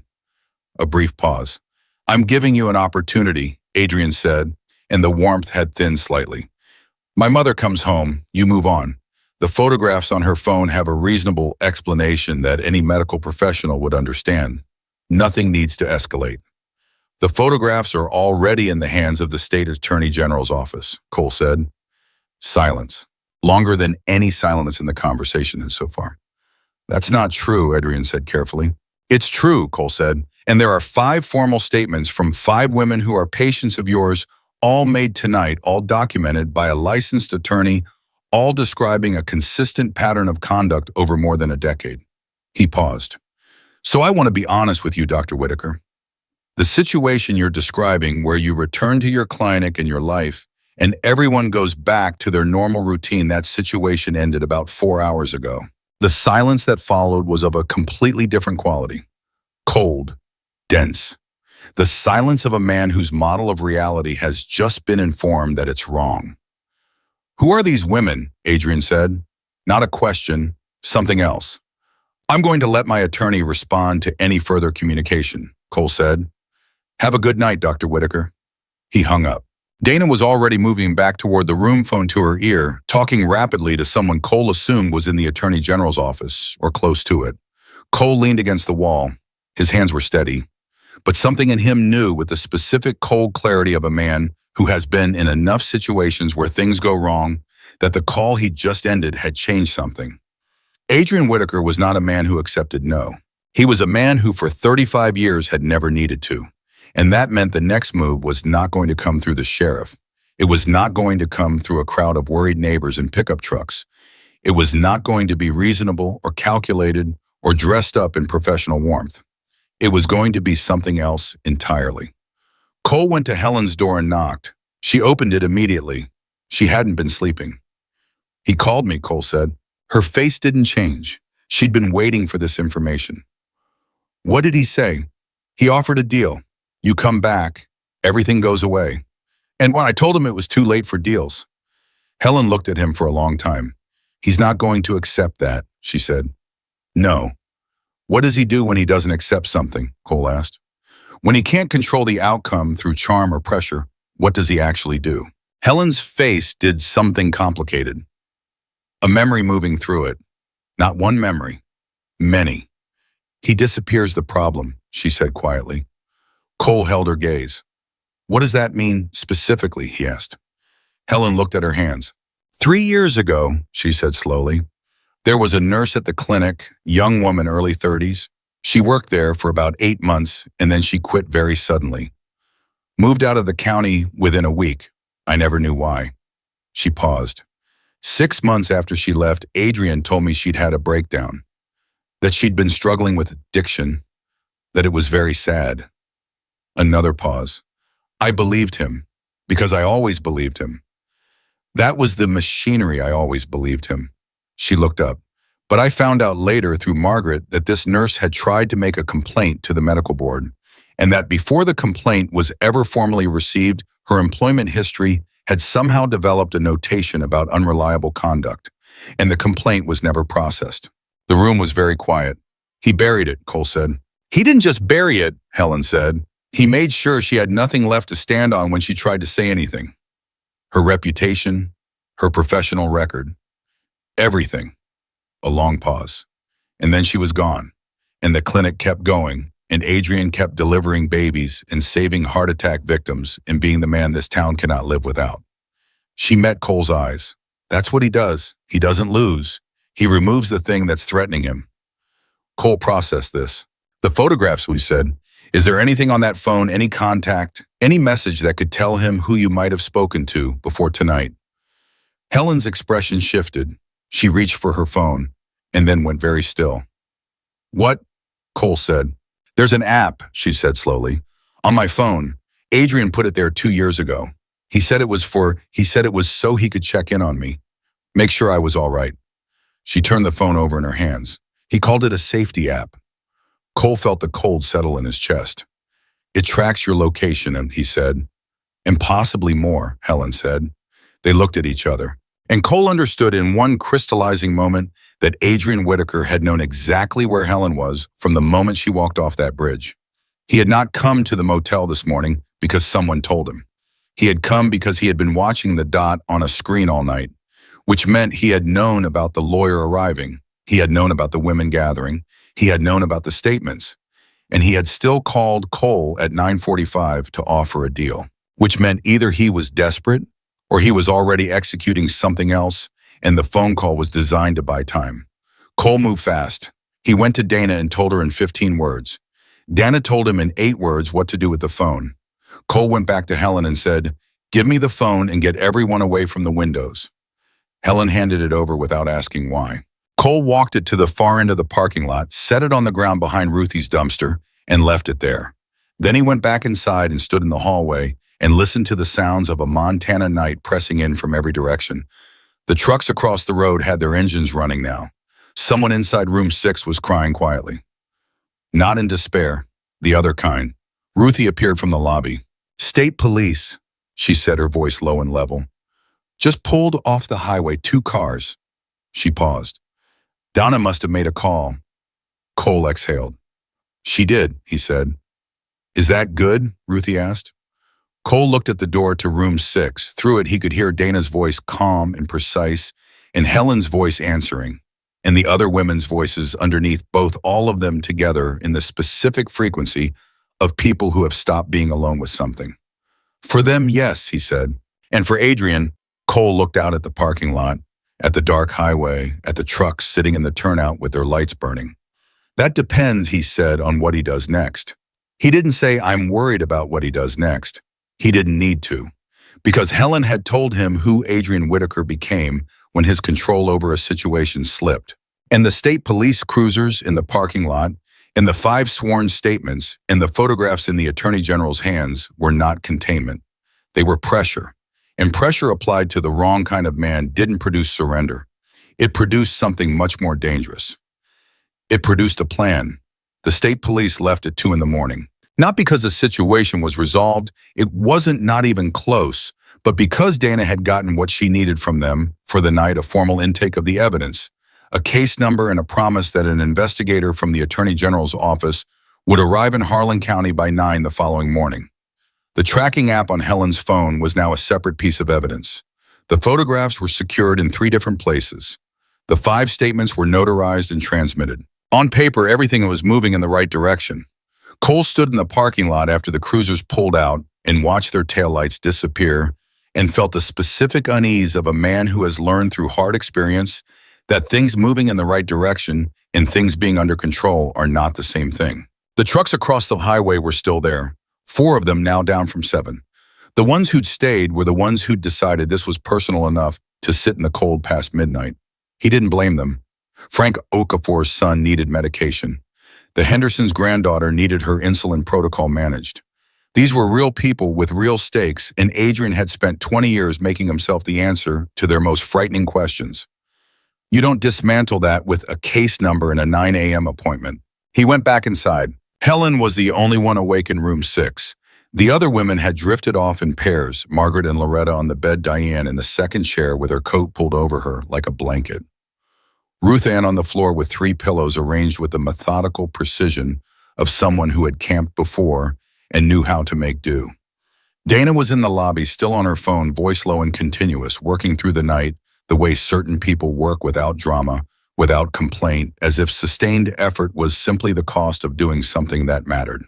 Helen was sitting at a small table with a glass of water she hadn't touched, looking at nothing. Cole sat across from her. You should sleep, he said. I know, she said. I can't. What are you thinking about? She was quiet for a moment. Tomorrow, she said, when the investigator comes, when this becomes real in a way that the whole town can't avoid. She turned the glass slowly on the table. People are going to be angry. Not at Adrien, at me, for a while at least, maybe for a long while. Probably, Cole said, because she deserved the truth. I've lived in this town for 78 years, she said. Every person I've ever known is here. Every memory I have is here. James is buried here. She paused. And by the end of this week, half of them are going to look at me and see the woman who took away their doctor. Cole leaned forward. Or he said, they're going to look at you and see the woman who told the truth about a man who had been hurting people for 30 years. And depending on who they are, that might take time. But it'll happen. Helen looked at him. Did it happen with your mother? She asked. After everything, did people come around? Cole held her gaze and didn't look away. No, he said quietly, but that was a different situation. She didn't get the chance to stand up the way you're standing up. She didn't get the lawyers and the case number and the 5 women willing to speak. He paused. You have things she didn't have, and I'm going to make sure you get to use them. Helen reached across and put her hand over his again the same way she had that morning. Get some sleep, Cole, she said softly. You've been awake for almost 40 hours. He started to protest. I'll wake you if anything happens, she said, I promise. He looked at her. Then he moved to the second chair, leaned his head back, and was asleep in 4 minutes. He didn't hear Helen sit in the dark for another hour. He didn't hear her open the door very quietly at 3:51 in the morning. He didn't hear her leave. It was Ruthie who woke him, at 22 a.m., her hand on his shoulder, her voice low and controlled, but carrying underneath the control something that snapped Cole out of sleep like a physical impact. "She's gone," Ruthie said. Cole was on his feet before his eyes had fully adjusted. He took in the room in one sweep. The other women still sleeping. The chair where Helen had been sitting empty. The glass of water still on the table. And on the table beside the glass folded once a piece of motel stationery. He picked it up. The handwriting was careful and deliberate, the way people write when they want to make sure they're understood. "Cole, I'm sorry. I heard what Loretta said about her granddaughter. I heard what Margaret said about living with this for 9 years. I can survive what Adrien does to me. I have survived it. But I cannot be the reason a 12-year-old girl loses her insulin management or the reason a veteran with a brain injury loses his treatment. That is a line I cannot cross. This was always going to end this way. I've made peace with it. Please take care of the others. Helen." Cole read it twice. Then he said very quietly a word he almost never used. He was already moving. Dana appeared in the doorway, still in her clothes from the night before, phone in hand, awake and sharp, in the way of someone who hadn't actually slept. Cole handed her the note. She read it. Her expression changed, not panic, but a rapid, focused darkening. "The tracking app," Dana said immediately. "Her phone is behind the dumpster. We can't find her that way." "She went back to the house," Cole said. He was pulling on his jacket. "She told me who he becomes when he loses control of a situation. She knows what he has planned. She went back because she thinks she can absorb it before it becomes anyone else's problem." "Cole," Dana started, "how far is the Whitaker house?" He was already asking Ruthie. 4 miles, other side of the county road." "I need your truck," Cole said. Ruthie was already getting her keys. "Call the state police," Cole said to Dana. "Don't call the sheriff. Give them the Whitaker address and tell them a vulnerable person has returned to a potentially dangerous situation." He was at the door. "And call Marta. Tell her I'm going in." "Cole," Dana's voice stopped him at the door. "If he's there and he's decided to run, I know. If he feels cornered, I know," Cole said again and looked at her directly. "That's why I'm going now instead of waiting." He took Ruthie's keys. He drove. The Whitaker house was a large, white farmhouse at the end of a half-mile gravel drive, and every light was on. Cole cut the truck's headlights a quarter-mile out and coasted in on the gravel as quietly as a truck can coast, which wasn't quiet but was quieter. He parked behind the tree line at the edge of the property, sat for a moment, listened. No sounds of violence, no raised voices. That was almost worse. He tried the front door, unlocked. He pushed it open and stepped inside. The house was warm and bright and completely still, in a way that didn't match the lights blazing in every room, and Cole's entire nervous system registered that wrongness before his brain had time to articulate it. He moved through the hallway toward the sound of voices. He stopped in the doorway of the dining room, and what he saw stopped him cold. Helen was sitting at the dining room table. Across from her was Adrien. Both of them with coffee cups in front of them, as if this were a Sunday morning, as if nothing in the world were wrong. Adrien was in a dress shirt, sleeves rolled to the elbows, hands folded on the table. Helen had her hands in her lap. Her face was neutral. Her posture was straight. Adrien looked up when Cole appeared and smiled. "Mr. Mercer," he said warmly, "I was wondering when you'd get here. Please sit down." Cole didn't sit. He looked at Helen. Her eyes met his for exactly 1 second, the briefest fraction of a second, and in that fraction she communicated something he couldn't have put into words, but understood completely in the way you understand things that are transmitted without language. "I'm all right. Stay calm. Let this happen." "Helen," Cole said, keeping his voice even. "I came home," she said simply. "I told you I might." "She did tell you," Adrien said pleasantly. "She told you, and you didn't believe her." That's the trouble with people who convince themselves they're helping. They stop actually listening. He tilted his head slightly. "Coffee?" "No," Cole said. He was registering everything in the room without appearing to look at any of it. The hallway behind Adrien, he'd passed the study on the way in, door open, and he'd caught in peripheral vision a desk cleared of its normal contents. 2 large suitcases near the back door, half visible from where he was standing. A laptop open on the kitchen counter screen showing what looked like flight information. And on the dining room table itself, just to Adrien's right, casually placed as if it had been set down without thought, a capped syringe. Cole's jaw tightened. He kept his face still. It's generous of you to come check on her, Adrien said. Really, you're clearly a man who cares. But as you can see, my mother is home, and she's fine, and this whole situation has been a misunderstanding that honestly I'm willing to put behind us. The warmth in his voice was extraordinary, genuine sounding, in the way of someone who has practiced genuine sounding for 5 decades. The clinic will open as normal this morning. The patients who were frightened last night will get their care, and my mother and I can work on our relationship the way families do privately. That's a very clean story, Cole said. It's the truth, Adrien said. The state attorney general's office has a different version, Cole said. Something moved in Adrien's eyes. Not the controlled flicker Cole had seen at the motel. This was different, a faster, harder movement that disappeared almost immediately, but not quite quickly enough. My attorney will address whatever claims have been made, Adrien said smoothly. False reports from troubled women don't survive scrutiny, Mr. Mercer. They never have. 5 of them, Cole said. 5 separate statements, consistent in specific detail that couldn't be coordinated. Adrien looked at him. 5 troubled women, he said with the patient sadness of a man above such things, in a community that has been stirred into a panic by a stranger with a criminal record and nothing to lose. He paused. You've done damage here. Real damage. To real people who depend on this community functioning. I hope you understand that. I understand that you have packed suitcases by your back door and a flight pulled up on your laptop screen, Cole said. Silence. Total, absolute silence. Adrien's hands still folded on the table went very slightly. Still in the way hands go still when the person controlling them needs to redirect their attention to their face. Helen did not move. Cole held Adrien's gaze. Here's what I think, Cole said, keeping his voice level and conversational. I think you made 2 calls after we spoke tonight. One to your attorney, one to whoever handles your travel arrangements. And I think you've decided that the story you've been building here for 30 years is reaching its end, and that the most efficient thing to do is leave before morning, which, he glanced at his watch, is in about 2.5 hours. He paused. And I think the reason Helen is sitting at this table instead of in the car with you is because she's the last loose end. Adrien looked at him for a long time. The warmth was gone now. Completely.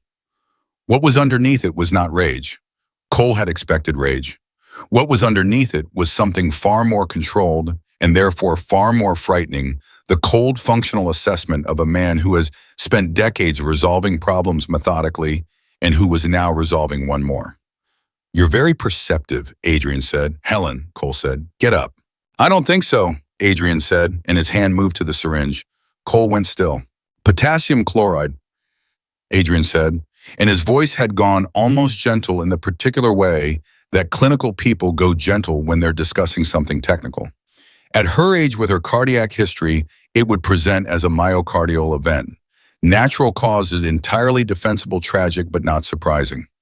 He looked at Helen with an expression that Cole realized with a cold shock contained something almost like genuine grief. I've been her doctor for 30 years. My signature on the death certificate means something in this county. Helen looked at her son, and Cole watched something pass across her face that was more complex and more terrible than fear. It was recognition. Not of the danger she'd known the danger when she walked through that door, but recognition of the specific, unbridgeable truth that the man sitting across from her, the child she had raised and sacrificed for and loved with the impractical, structurally unsound love that mothers pour into their children, had just spoken those words out loud without flinching, had just said what he was planning to do to her in the same tone he used to discuss the weather. Adrien, she said, and her voice held something Cole hadn't heard from her before. Not fear, not anger, something older, something that had been waiting a very long time to be said. I want to ask you something. Helen, Cole said. She held up one hand slightly, not looking at Cole, looking at her son. Do you remember, she said, when you were 8 years old and you broke your arm falling out of the oak tree in the backyard and your father carried you to the truck and I held you in the back seat all the way to the hospital in Great Falls and you cried the whole way and I sang to you? She paused. Do you remember what I sang? Adrien stared at her. Something flickered behind his eyes, brief and involuntary, the way emotions flicker in people who've spent decades suppressing them. It was gone in a second, but it had been there. You're stalling, he said. I'm talking to my son, she said quietly. That's what I'm doing. I'm talking to my son and I'm asking him if he remembers being a child who I loved more than anything in my life. She held his gaze without flinching. Because I've spent 35 years trying to understand how we got from that boy to this table, and I haven't been able to, and I want to know. The room was so quiet Cole could hear the furnace running somewhere under the house. Adrien said nothing. Adrien, Helen said, it's over. You know it's over. The lawyer has everything, the women have spoken, the attorney general has the photographs. There is no version of tonight where you walk out of this cleanly. A pause. But there is a version where you don't make it worse, where you don't add to what you've already done. Her voice was steady and terrible in its steadiness. I'm asking you to let me go. Right now. I'm asking you to let me walk out this door. Adrien looked at her for a long time. Cole was measuring the distance between himself and the table, between Adrien's hand and the syringe. He was calculating exactly the way he calculated distances in Ramadi, not emotionally, just geometrically, because geometry was what kept you alive. People are going to say terrible things about me, Adrien said. His voice had changed. Something had drained from it, not the coldness, but the control over the coldness. What was left was something raw and harder to look at. Everything I've built, everything this town, Adrien, Helen said. He stopped. Look at my face, she said. He looked. This is what you built, she said. This is 35 years of what you built. Look at it.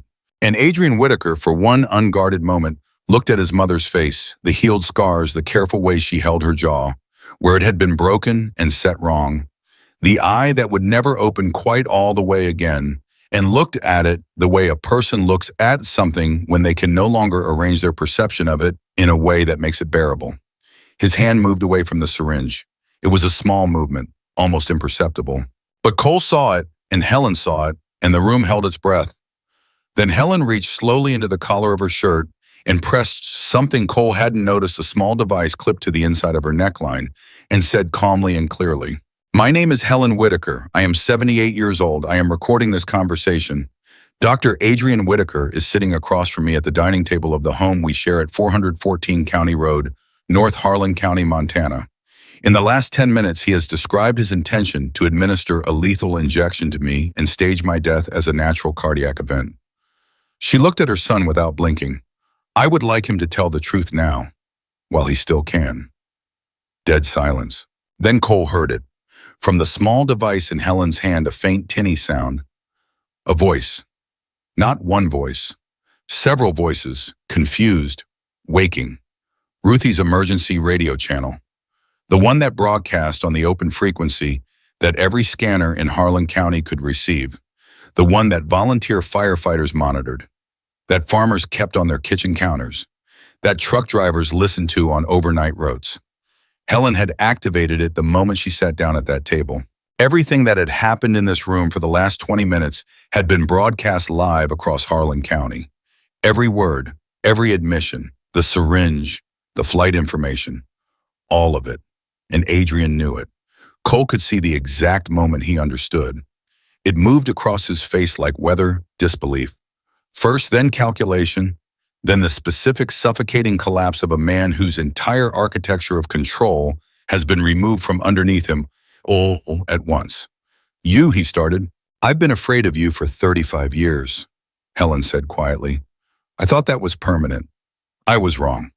She looked at her son with an expression that contained grief and relief in equal measure, inseparable from each other, the way certain emotions can only exist together. This is over now, Adrien. His chair scraped back. Cole moved. He was around the table in 3 steps, and he put himself between Adrien and the door. And the two men looked at each other across the kitchen, and Cole said nothing. Just stood there, solid and immovable, the way he'd learned to stand in situations where words had stopped mattering. Adrien looked at him, then at Helen, then at the door. He had the suitcases. He had a car in the garage. He had a flight. He was bigger than Cole realized at close range, tall, broad, a man who had spent 50 years being physically dominant in rooms. He looked at the door. Then something happened that Cole hadn't expected.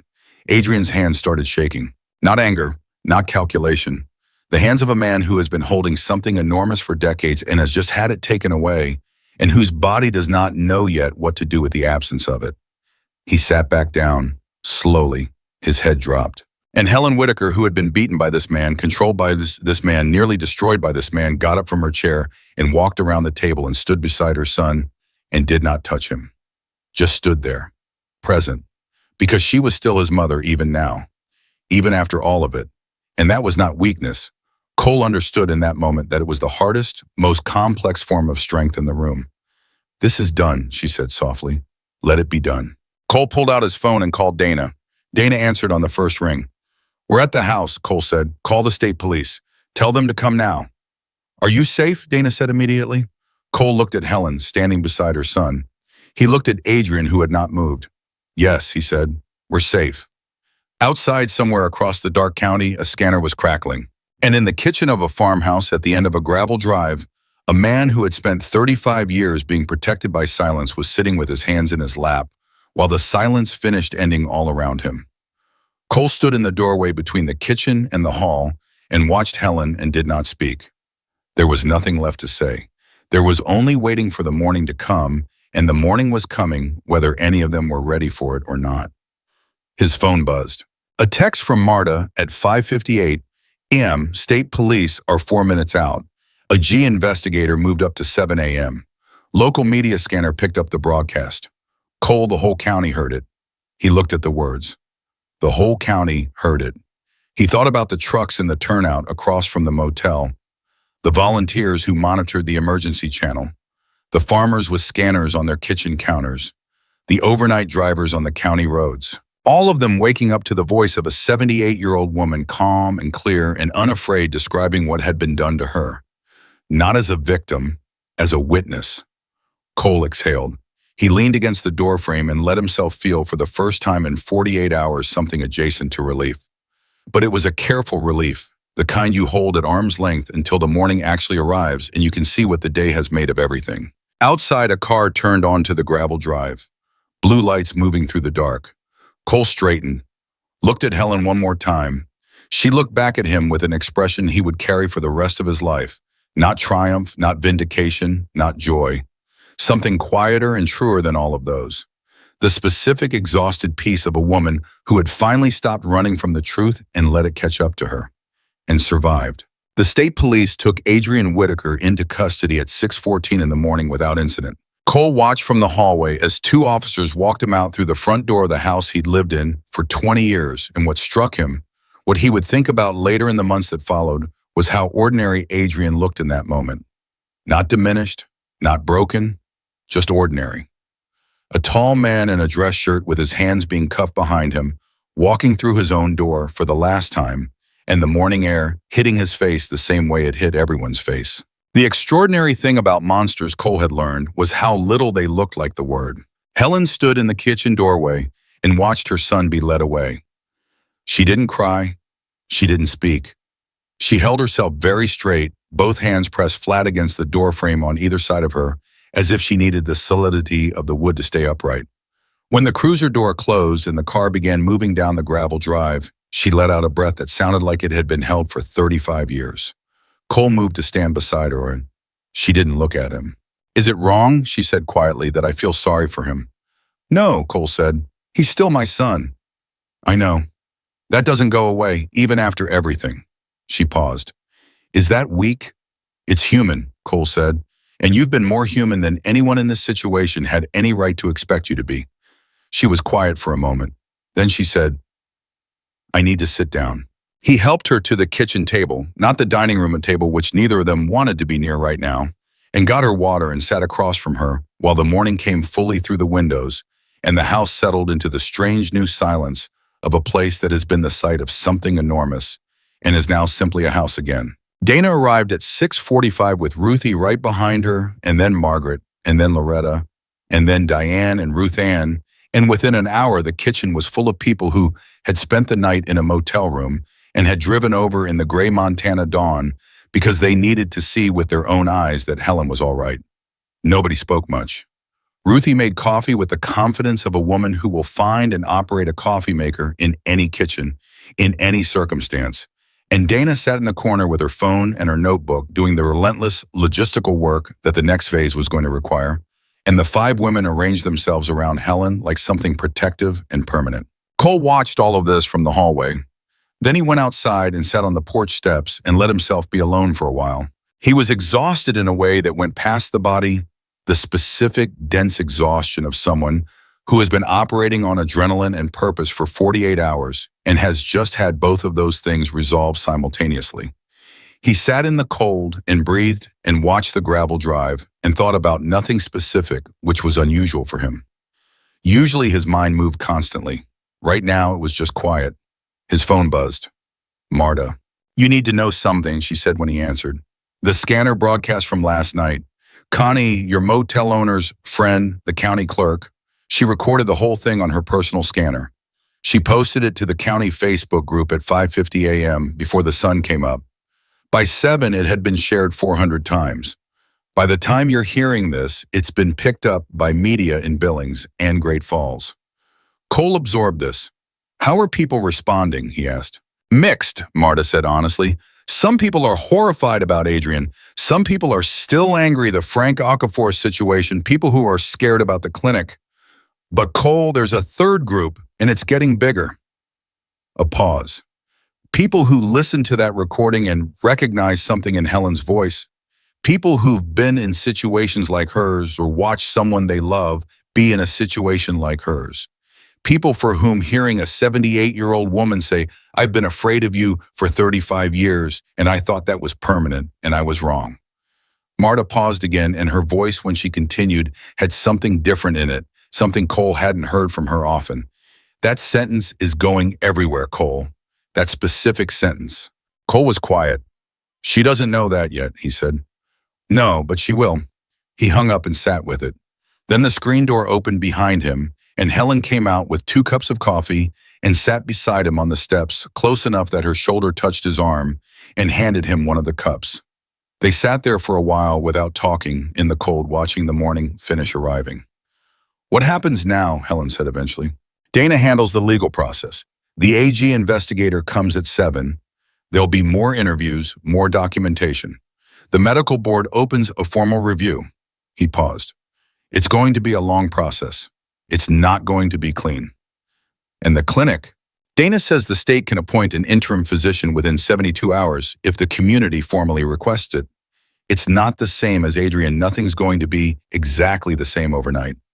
But it doesn't have to collapse." He looked at her. "The Okafor boy, Loretta's granddaughter, they're not going to be abandoned." Helen exhaled. "That was the part I couldn't get past," she said. "In the night when I was sitting there listening to everyone sleep, I kept thinking about those families.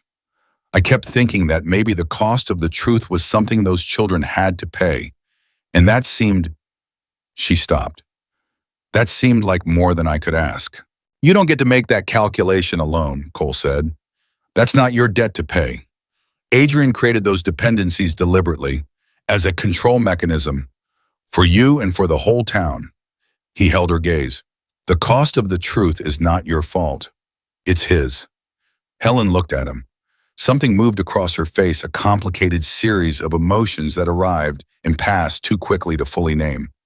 "You remind me of someone," she said. Cole waited. "A woman I knew a long time ago," she said.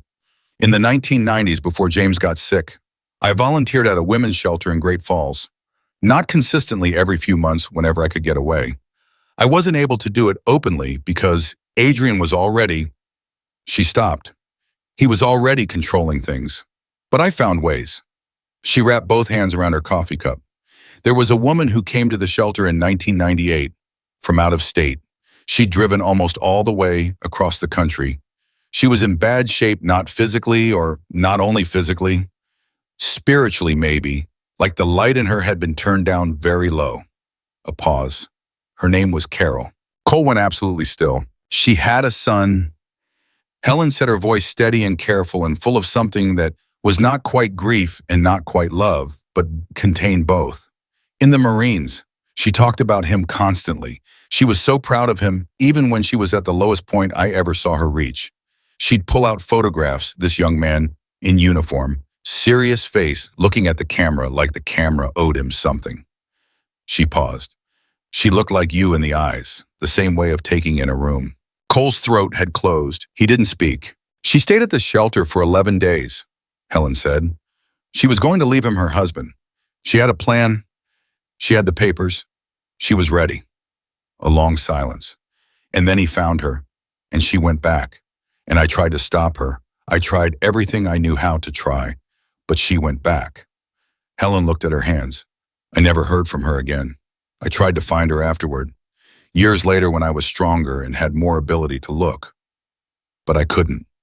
She looked up at Cole, until you told me her name sitting in that motel room, and told me she died the way she died. Cole was not breathing properly. He was aware of this in a distant secondary way, the way you're aware of physical facts when your entire consciousness has been redirected to something that has just rearranged the architecture of a moment. You knew her, he said, not a question. I tried to save her, Helen said, and I failed. Her voice was completely level, which meant it was doing enormous work. I've carried that for 25 years. The specific particular weight of almost, of everything lined up in one moment that went wrong, and a woman who went back when I couldn't make her believe she deserved better. She looked at Cole directly. When you walked up to me on that bridge and you said I had a mother, and you told me what happened to her, I knew. I knew who you were, not your name, but who you were to her. She paused. And I thought maybe the reason I survived all these years, maybe the reason I made it to that bridge instead of somewhere with no witness, maybe this was what the surviving was for. Cole looked at this woman, 78 years old, barefoot on a bridge in the snow 36 hours ago, who had walked back into her abuser's house alone and activated a recording device and faced 35 years of fear in one conversation and not flinched once, who had been carrying his mother's name for 25 years. He felt something move through him that started in his chest and went outward in every direction, and it was not clean, and it was not quiet, and he did not try to stop it. He put his face in his hands. And Cole Mercer, who had not cried since a satellite phone call in a phobie outside Fallujah, cried. Helen put her arm around him and didn't say a word. She just held on. The way she had not been able to hold on to Carol all those years ago. The way she was holding on now. The AG investigator arrived at 7:02 and spent 4 hours in the house going through everything. Dana ran the process with the precision of someone who had been building toward this moment since she got in her car in Missoula, and by noon the formal criminal referral against Adrien Whitaker contained 11 counts of sexual abuse of a patient, 8 counts of criminal fraud in the practice of medicine, 2 counts of elder abuse, and 1 count of criminal threatening the syringe, witnessed by Cole, corroborated by the recording. The medical board suspended Adrien's license at 10:15. An interim physician was formally requested by the county commissioner at 11 under significant public pressure from a petition that had gathered 312 signatures by 9 a.m. signatures from people who had listened to the scanner recording in the pre-dawn dark and made a decision about which version of their town they wanted to live in. The clinic stayed open. Adrien Whitaker processed and remanded and denied bail on the grounds of flight risk. The suitcases, the passports, the booked flight to Zurich, all entered into the record, did not speak publicly. His attorney released a statement that contained the word context 7 times and convinced nobody. Sheriff Dale Parrish drove to the Whitaker house at 1 in the afternoon and asked to speak to Helen privately. Donna was present. What he said, Cole heard later from Dana that he had been wrong. Not performed apology wrong, actually wrong in the specific way of a man who has been carrying someone else's truth for 17 years, as if it were a burden instead of recognizing it as an obligation. He said he was sorry. Helen told him that sorry was a beginning and what came next was what mattered. He said he understood. He meant it. Cole believed he meant it. Whether meaning it was enough was a question for a longer conversation than one afternoon. And then 3 days later, the trucks were gone from the highway turnout. In their place on 3 separate occasions, cars pulled into the Pineview Motel parking lot, not to confront, not to threaten, to leave things. A casserole dish on the front step. A handwritten note slipped under Ruthie's door. A bouquet of dried flowers left on the bench outside room 6 with a card that said, "Only thank you for not giving up," in the handwriting of someone who had pressed the pen very hard into the paper the way people do when they're trying to make sure the words stay. Harlan County was not suddenly miraculously healed. It was not a movie ending. It was a community in the process of looking at itself clearly for the first time in decades, which is a painful and nonlinear thing.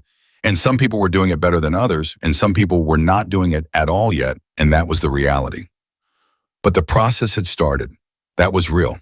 Once a thing has been said clearly into an open frequency, and 300 people have heard it and signed their names to a petition, the silence that sustained the lie becomes structurally impossible to rebuild. And Adrien Whitaker, whatever else he had been, had built his entire empire on silence.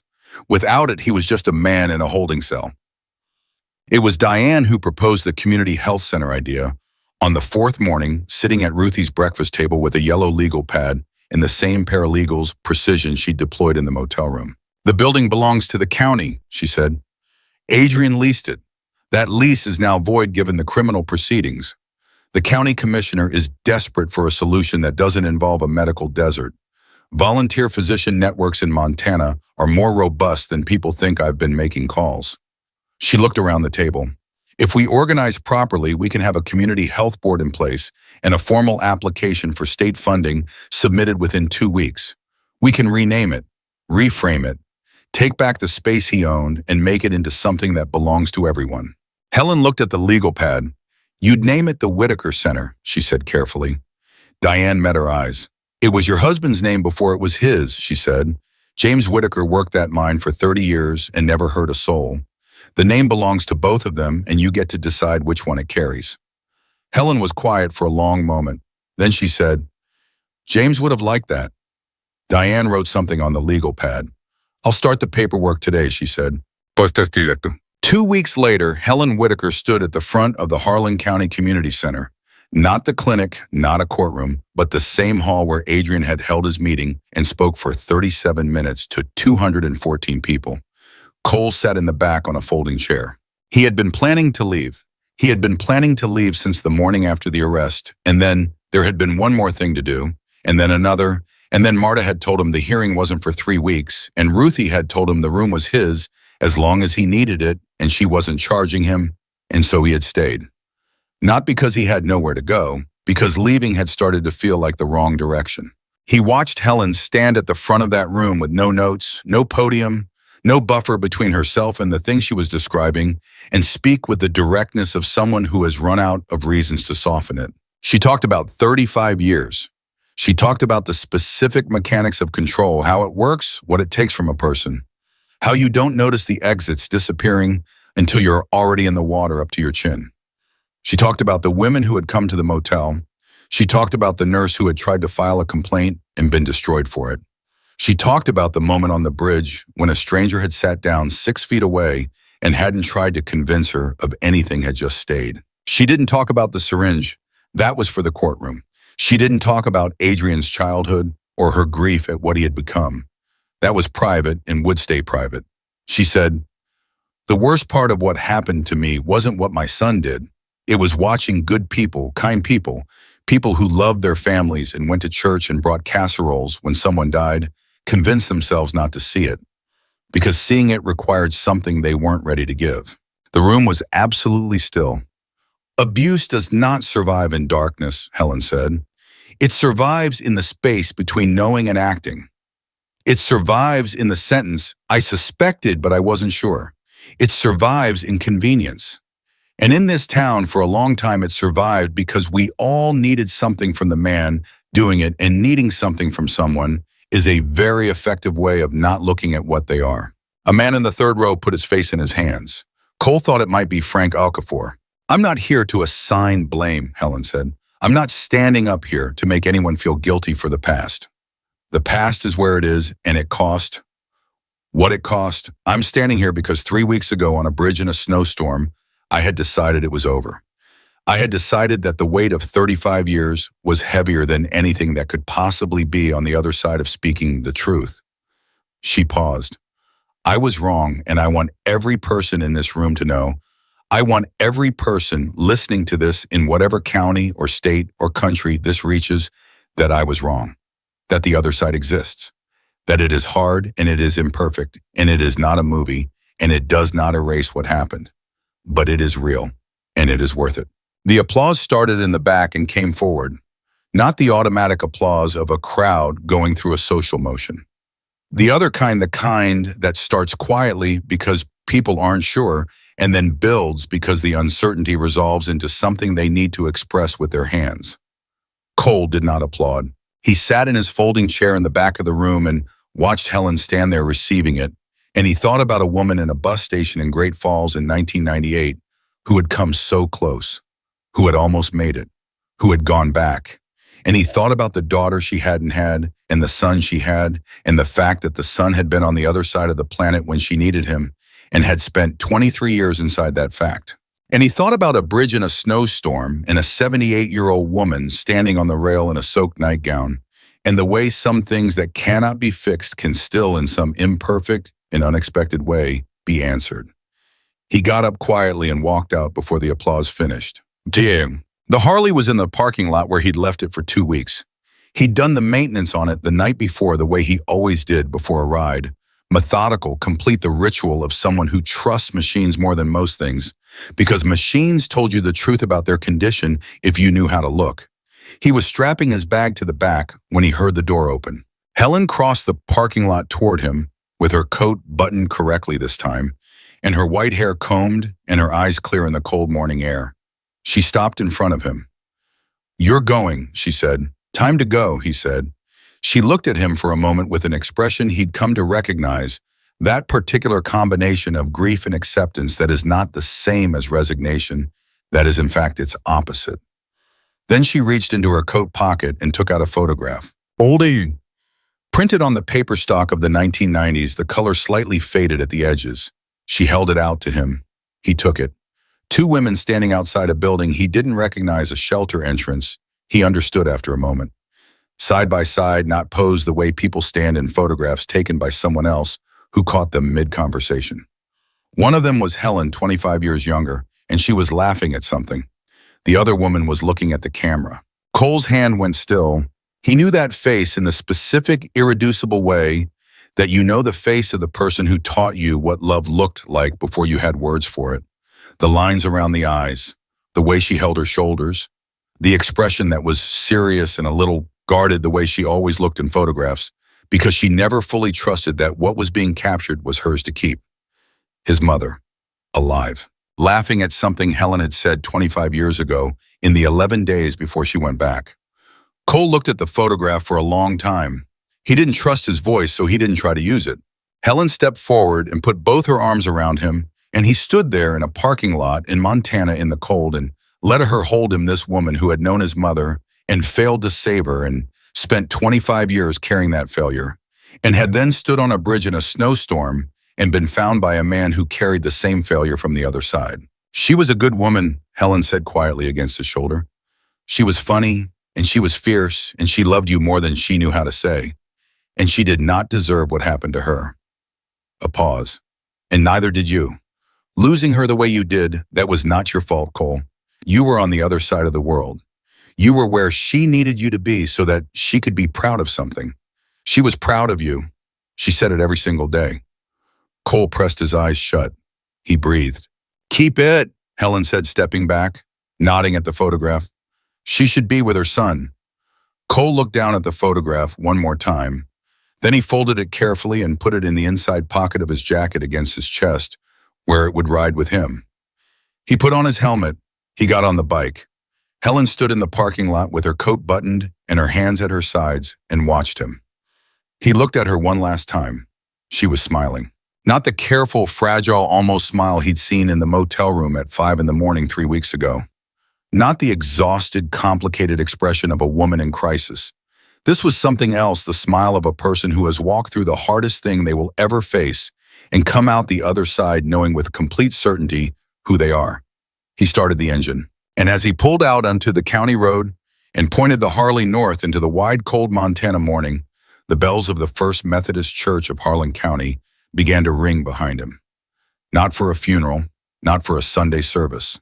For no scheduled reason that anyone later could quite explain, except that the bell ringer, a 70-year-old woman named Edna, who had listened to the scanner recording at 5 a.m. and had not stopped thinking about it since, had walked to the church that morning and decided that some mornings required bells. Cole heard them fade behind him as the miles opened up. He rode north through the cold and the quiet, and he carried a photograph in his chest pocket, and he carried the knowledge that his mother had been loved by someone he had not known existed, and that the love had tried to save her, and that the trying had mattered even when it had not been enough. He carried all of that the same way he carried everything forward into the next thing, with his hands steady on the bars and his eyes on the road. Because sometimes you can't save the person you needed to save. But sometimes if you stay and you stand still and you refuse to look away, you can hold the door open long enough for someone else to walk through it. And sometimes that is exactly enough. And it was.